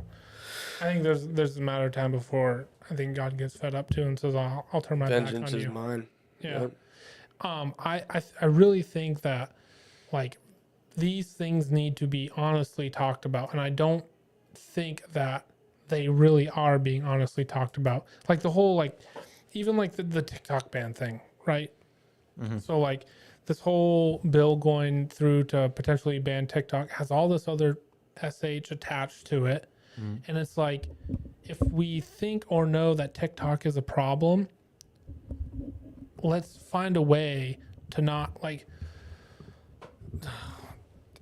It's such a complicated thing because when you try to put stuff into law, everything, all this other stuff gets attached to it, all this other jargon. Mm-hmm. Who do we give the power to ban certain apps and stuff like that? Like, it is very, very, very difficult. And the thing is, like, here is a something that I think we could do, and I didn't come up with this. I kind of stole this from somebody else. Who? I can't even remember. But The rabbit hole of YouTube. yeah, exactly. Politicians, I think, like the disconnect between politicians and even 20-year-olds, 18-year-olds, high schoolers, there is such a disconnect with culture to where, like 50 years ago, that disconnect wasn't as big. You know what I mean? Like, Oh yeah. Yeah. the disconnect Yeah. is just so massive, and they do not understand. Like, they don't understand trends. They don't understand TikTok dances. They don't understand any of these young cultural things, and they're the ones like making laws on it. So one of my things I think would help out a lot is, I'm not even trying to say like, oh, take all the old politicians out, but find a way for younger people to have a part to play in some of these decisions being made. And I'm not even sure exactly how that would work. Well, younger people, it's kind of some of their responsibility too to get involved in these parties and politics, and like it's such a turnoff for a lot of people. But it's our job to have a part in that, especially as God-fearing, good men and women, Yeah. to get involved and influence these politicians. Get in there. Give them get in on the aid, be an aid, I don't know how to do it because I haven't ever cared to, Yeah. but when I see things going sideways, it's like, no, we can sit here and speculate on it all day and complain about it, but we need to play our part too.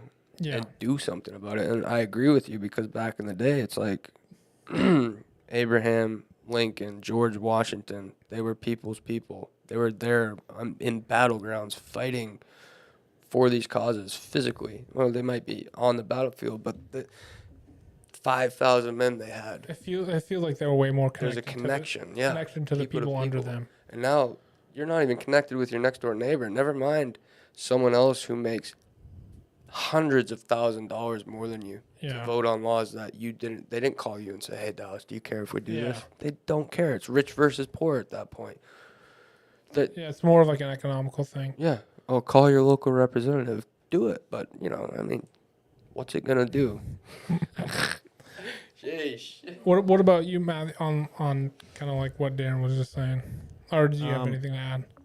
My thing was that, well, you were saying that essentially like we have a disconnect between our politicians and like technology in general. I think that we get that feeling whenever we watch these congressional hearings, and the CEO of TikTok comes up there and the guy's like, does the TikTok connect to Wi-Fi? And he's like, yeah, no, obviously. He's like, if you wanted to do that, it can do that, or you could just be on roaming, whatever. Like, he can't explain this because there's such a disconnect there.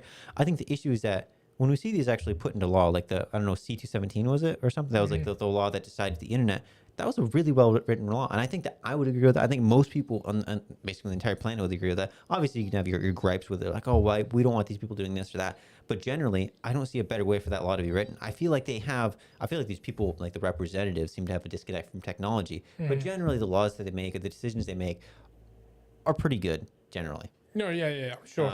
I'm just saying to try and bridge the gap a little bit better. Would there be anything that we could do? Shoot, I was just listening to Darren. I should have written it down. That's why I have a notepad. Get involved.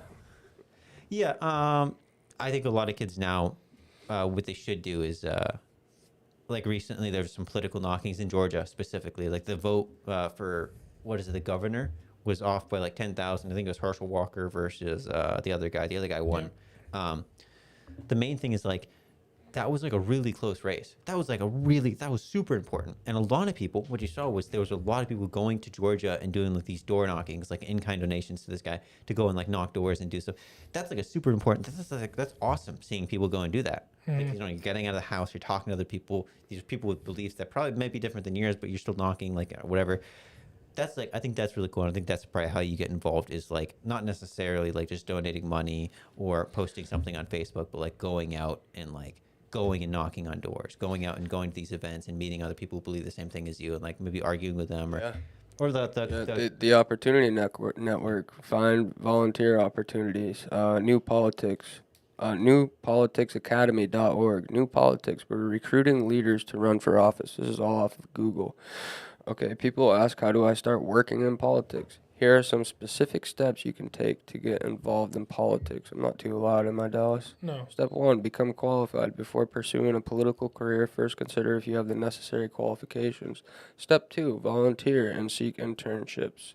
Step 3, join a party. Step 4, get involved in local government, going to your kids' school meetings, going to, That's the thing. Okay, so here's where the disconnect is. That ain't cool. You're the weird kid if you're into that. I don't think so. Now, okay, so It used to be like that, but I'll explain this real quick. When I was in 9th grade, 7th and 8th grade, everybody laughed at me for being smart. I got to 10th grade, I was still smart. I still tried really hard. 11th grade, I was like, I'm done. I don't care anymore. By 11th grade, everybody else was like, oh, crap, I need to start trying. And by a senior, I was out the door. I'm done with school. And all these other people, it was now cool to be smart. yeah, It's just a trend. life was getting real.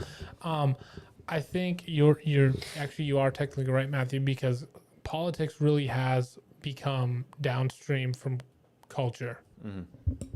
Is that the way it's said? So, like, politics has become way more mainstream than it's ever been. Yeah. Yeah. Like, even from when we were in high school and stuff like that, like That's politics where is such a more big part of it.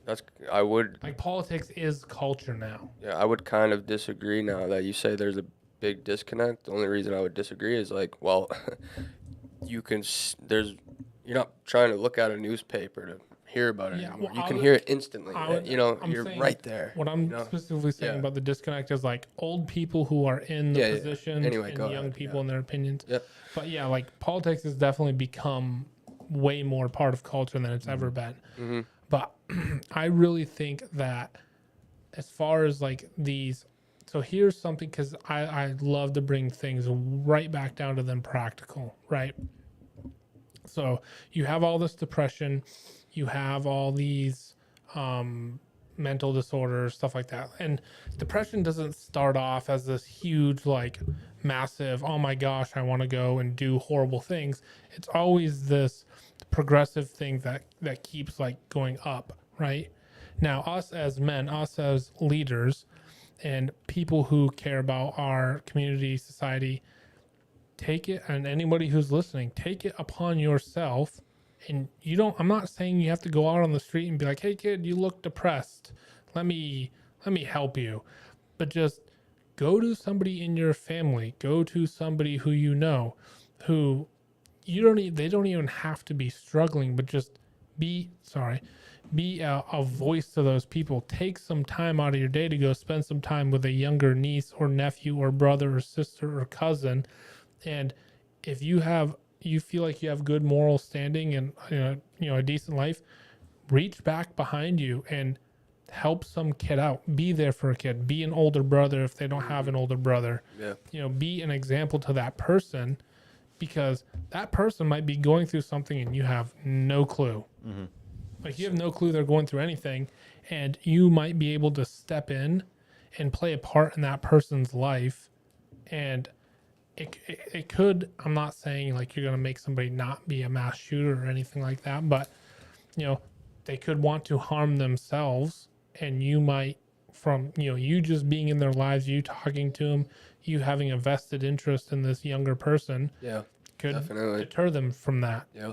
And I would say, like, all of us, I know, like straight up, I know that all of us have had people in our lives who played massive parts. Darren, I know you're close to your uncles. You work with your uncles. Mm-hmm. They played a massive part in your life. You were the oldest son, and you really didn't have any older siblings. Mm-hmm. Same thing with me. I didn't have older siblings. And so I was always looking for somebody to be like, hey, who can I look up to? And my uncles came to me because I had younger uncles Yeah. like you. Yeah. And 2-3 years apart. Shout Yeah. out to Jethro and Ryan. yeah.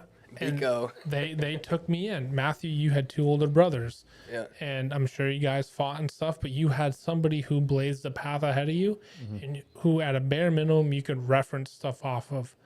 And there's a lot of people out there that don't have anything like that. They feel just like they're totally alone. And then where do they go? The only place they feel like they can go, to the internet, to these fake relations, or I wouldn't say fake relationships, these Unauthentic. less than unauthentic. Yeah.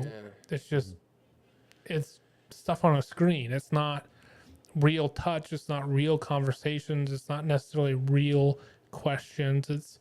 So I think that if you want to see change in these areas of depression and, the younger generation, stuff like that, it's like, go out and take that. Go out and be that person in your own way. Take charge and be fearless. Yeah.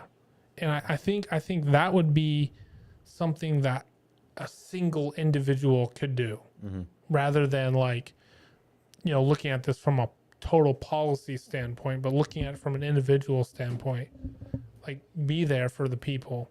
So, maybe down the road they could do something bad, but because you built this relationship with that person, they never even went down that path.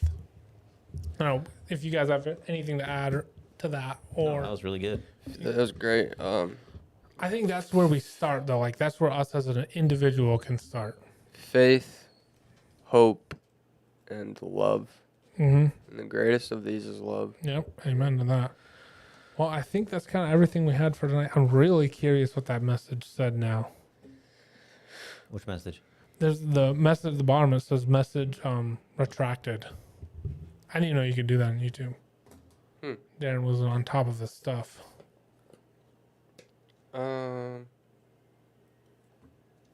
Does anyone watching have any questions for us or anything like that? Man, there's one thing that I love. I don't think any of you guys know this about me. Maybe something he said goes against the community guidelines. Oh, maybe.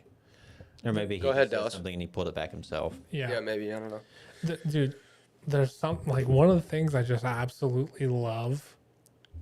It might be like a I'm a shitty person for it, but I love when people ask questions. I don't know why. So my hope is always like some people just like put in some fun questions or something like that. Like, Darren, why the hell are you wearing that hat? Or just something, just something funny or Yeah, cool. Like, yeah. so I always love to put it out there. Participation. Yeah, Like- come on. Or like, hey, how did you guys come to this conclusion about that thing? Or Matthew, where did you find this or that? Like, so if anyone out there has any questions at all on any topic or anything, please share them. If not, then we'll get out of you guys. Yeah, I'll put Matthew's number out there for him. Yeah, give me a call.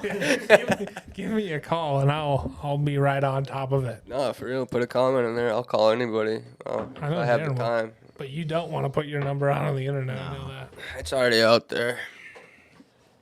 It is, but you gotta be real. Your information is getting sold on a daily. You didn't read the fine print, You Dallas. see, that's what this TikTok thing's about. I don't have It's TikTok. the Wi-Fi that's taking information. All right, well, nobody put anything in there, so we'll dip out. Thank you guys for coming. This is actually really, really fun. Thanks for listening. I appreciate everyone who's watched. A link to our Discord is down at the bottom. So, Mike D, check your phone. Just maybe don't read it out loud. LOL. Okay. I'll check my phone. But just real quick. So, if you guys are looking for relationships or anybody's looking to be a part of anything or something like that, if you guys want, we do have our link to our Discord down below. Whole bunch of cool stuff in there. Book reading list, conversations. Darren's active in it every day. I'm pretty much active in it every day. So if you guys want to be part of that, you can join our Discord group. It's pretty cool. Just a group of dudes who talk and share stuff and just want to uplift and help anybody out. So I'm pretty sure that link is down in the description. So check it out if you want to. Other than that, thank you guys for showing up. Thank you for watching.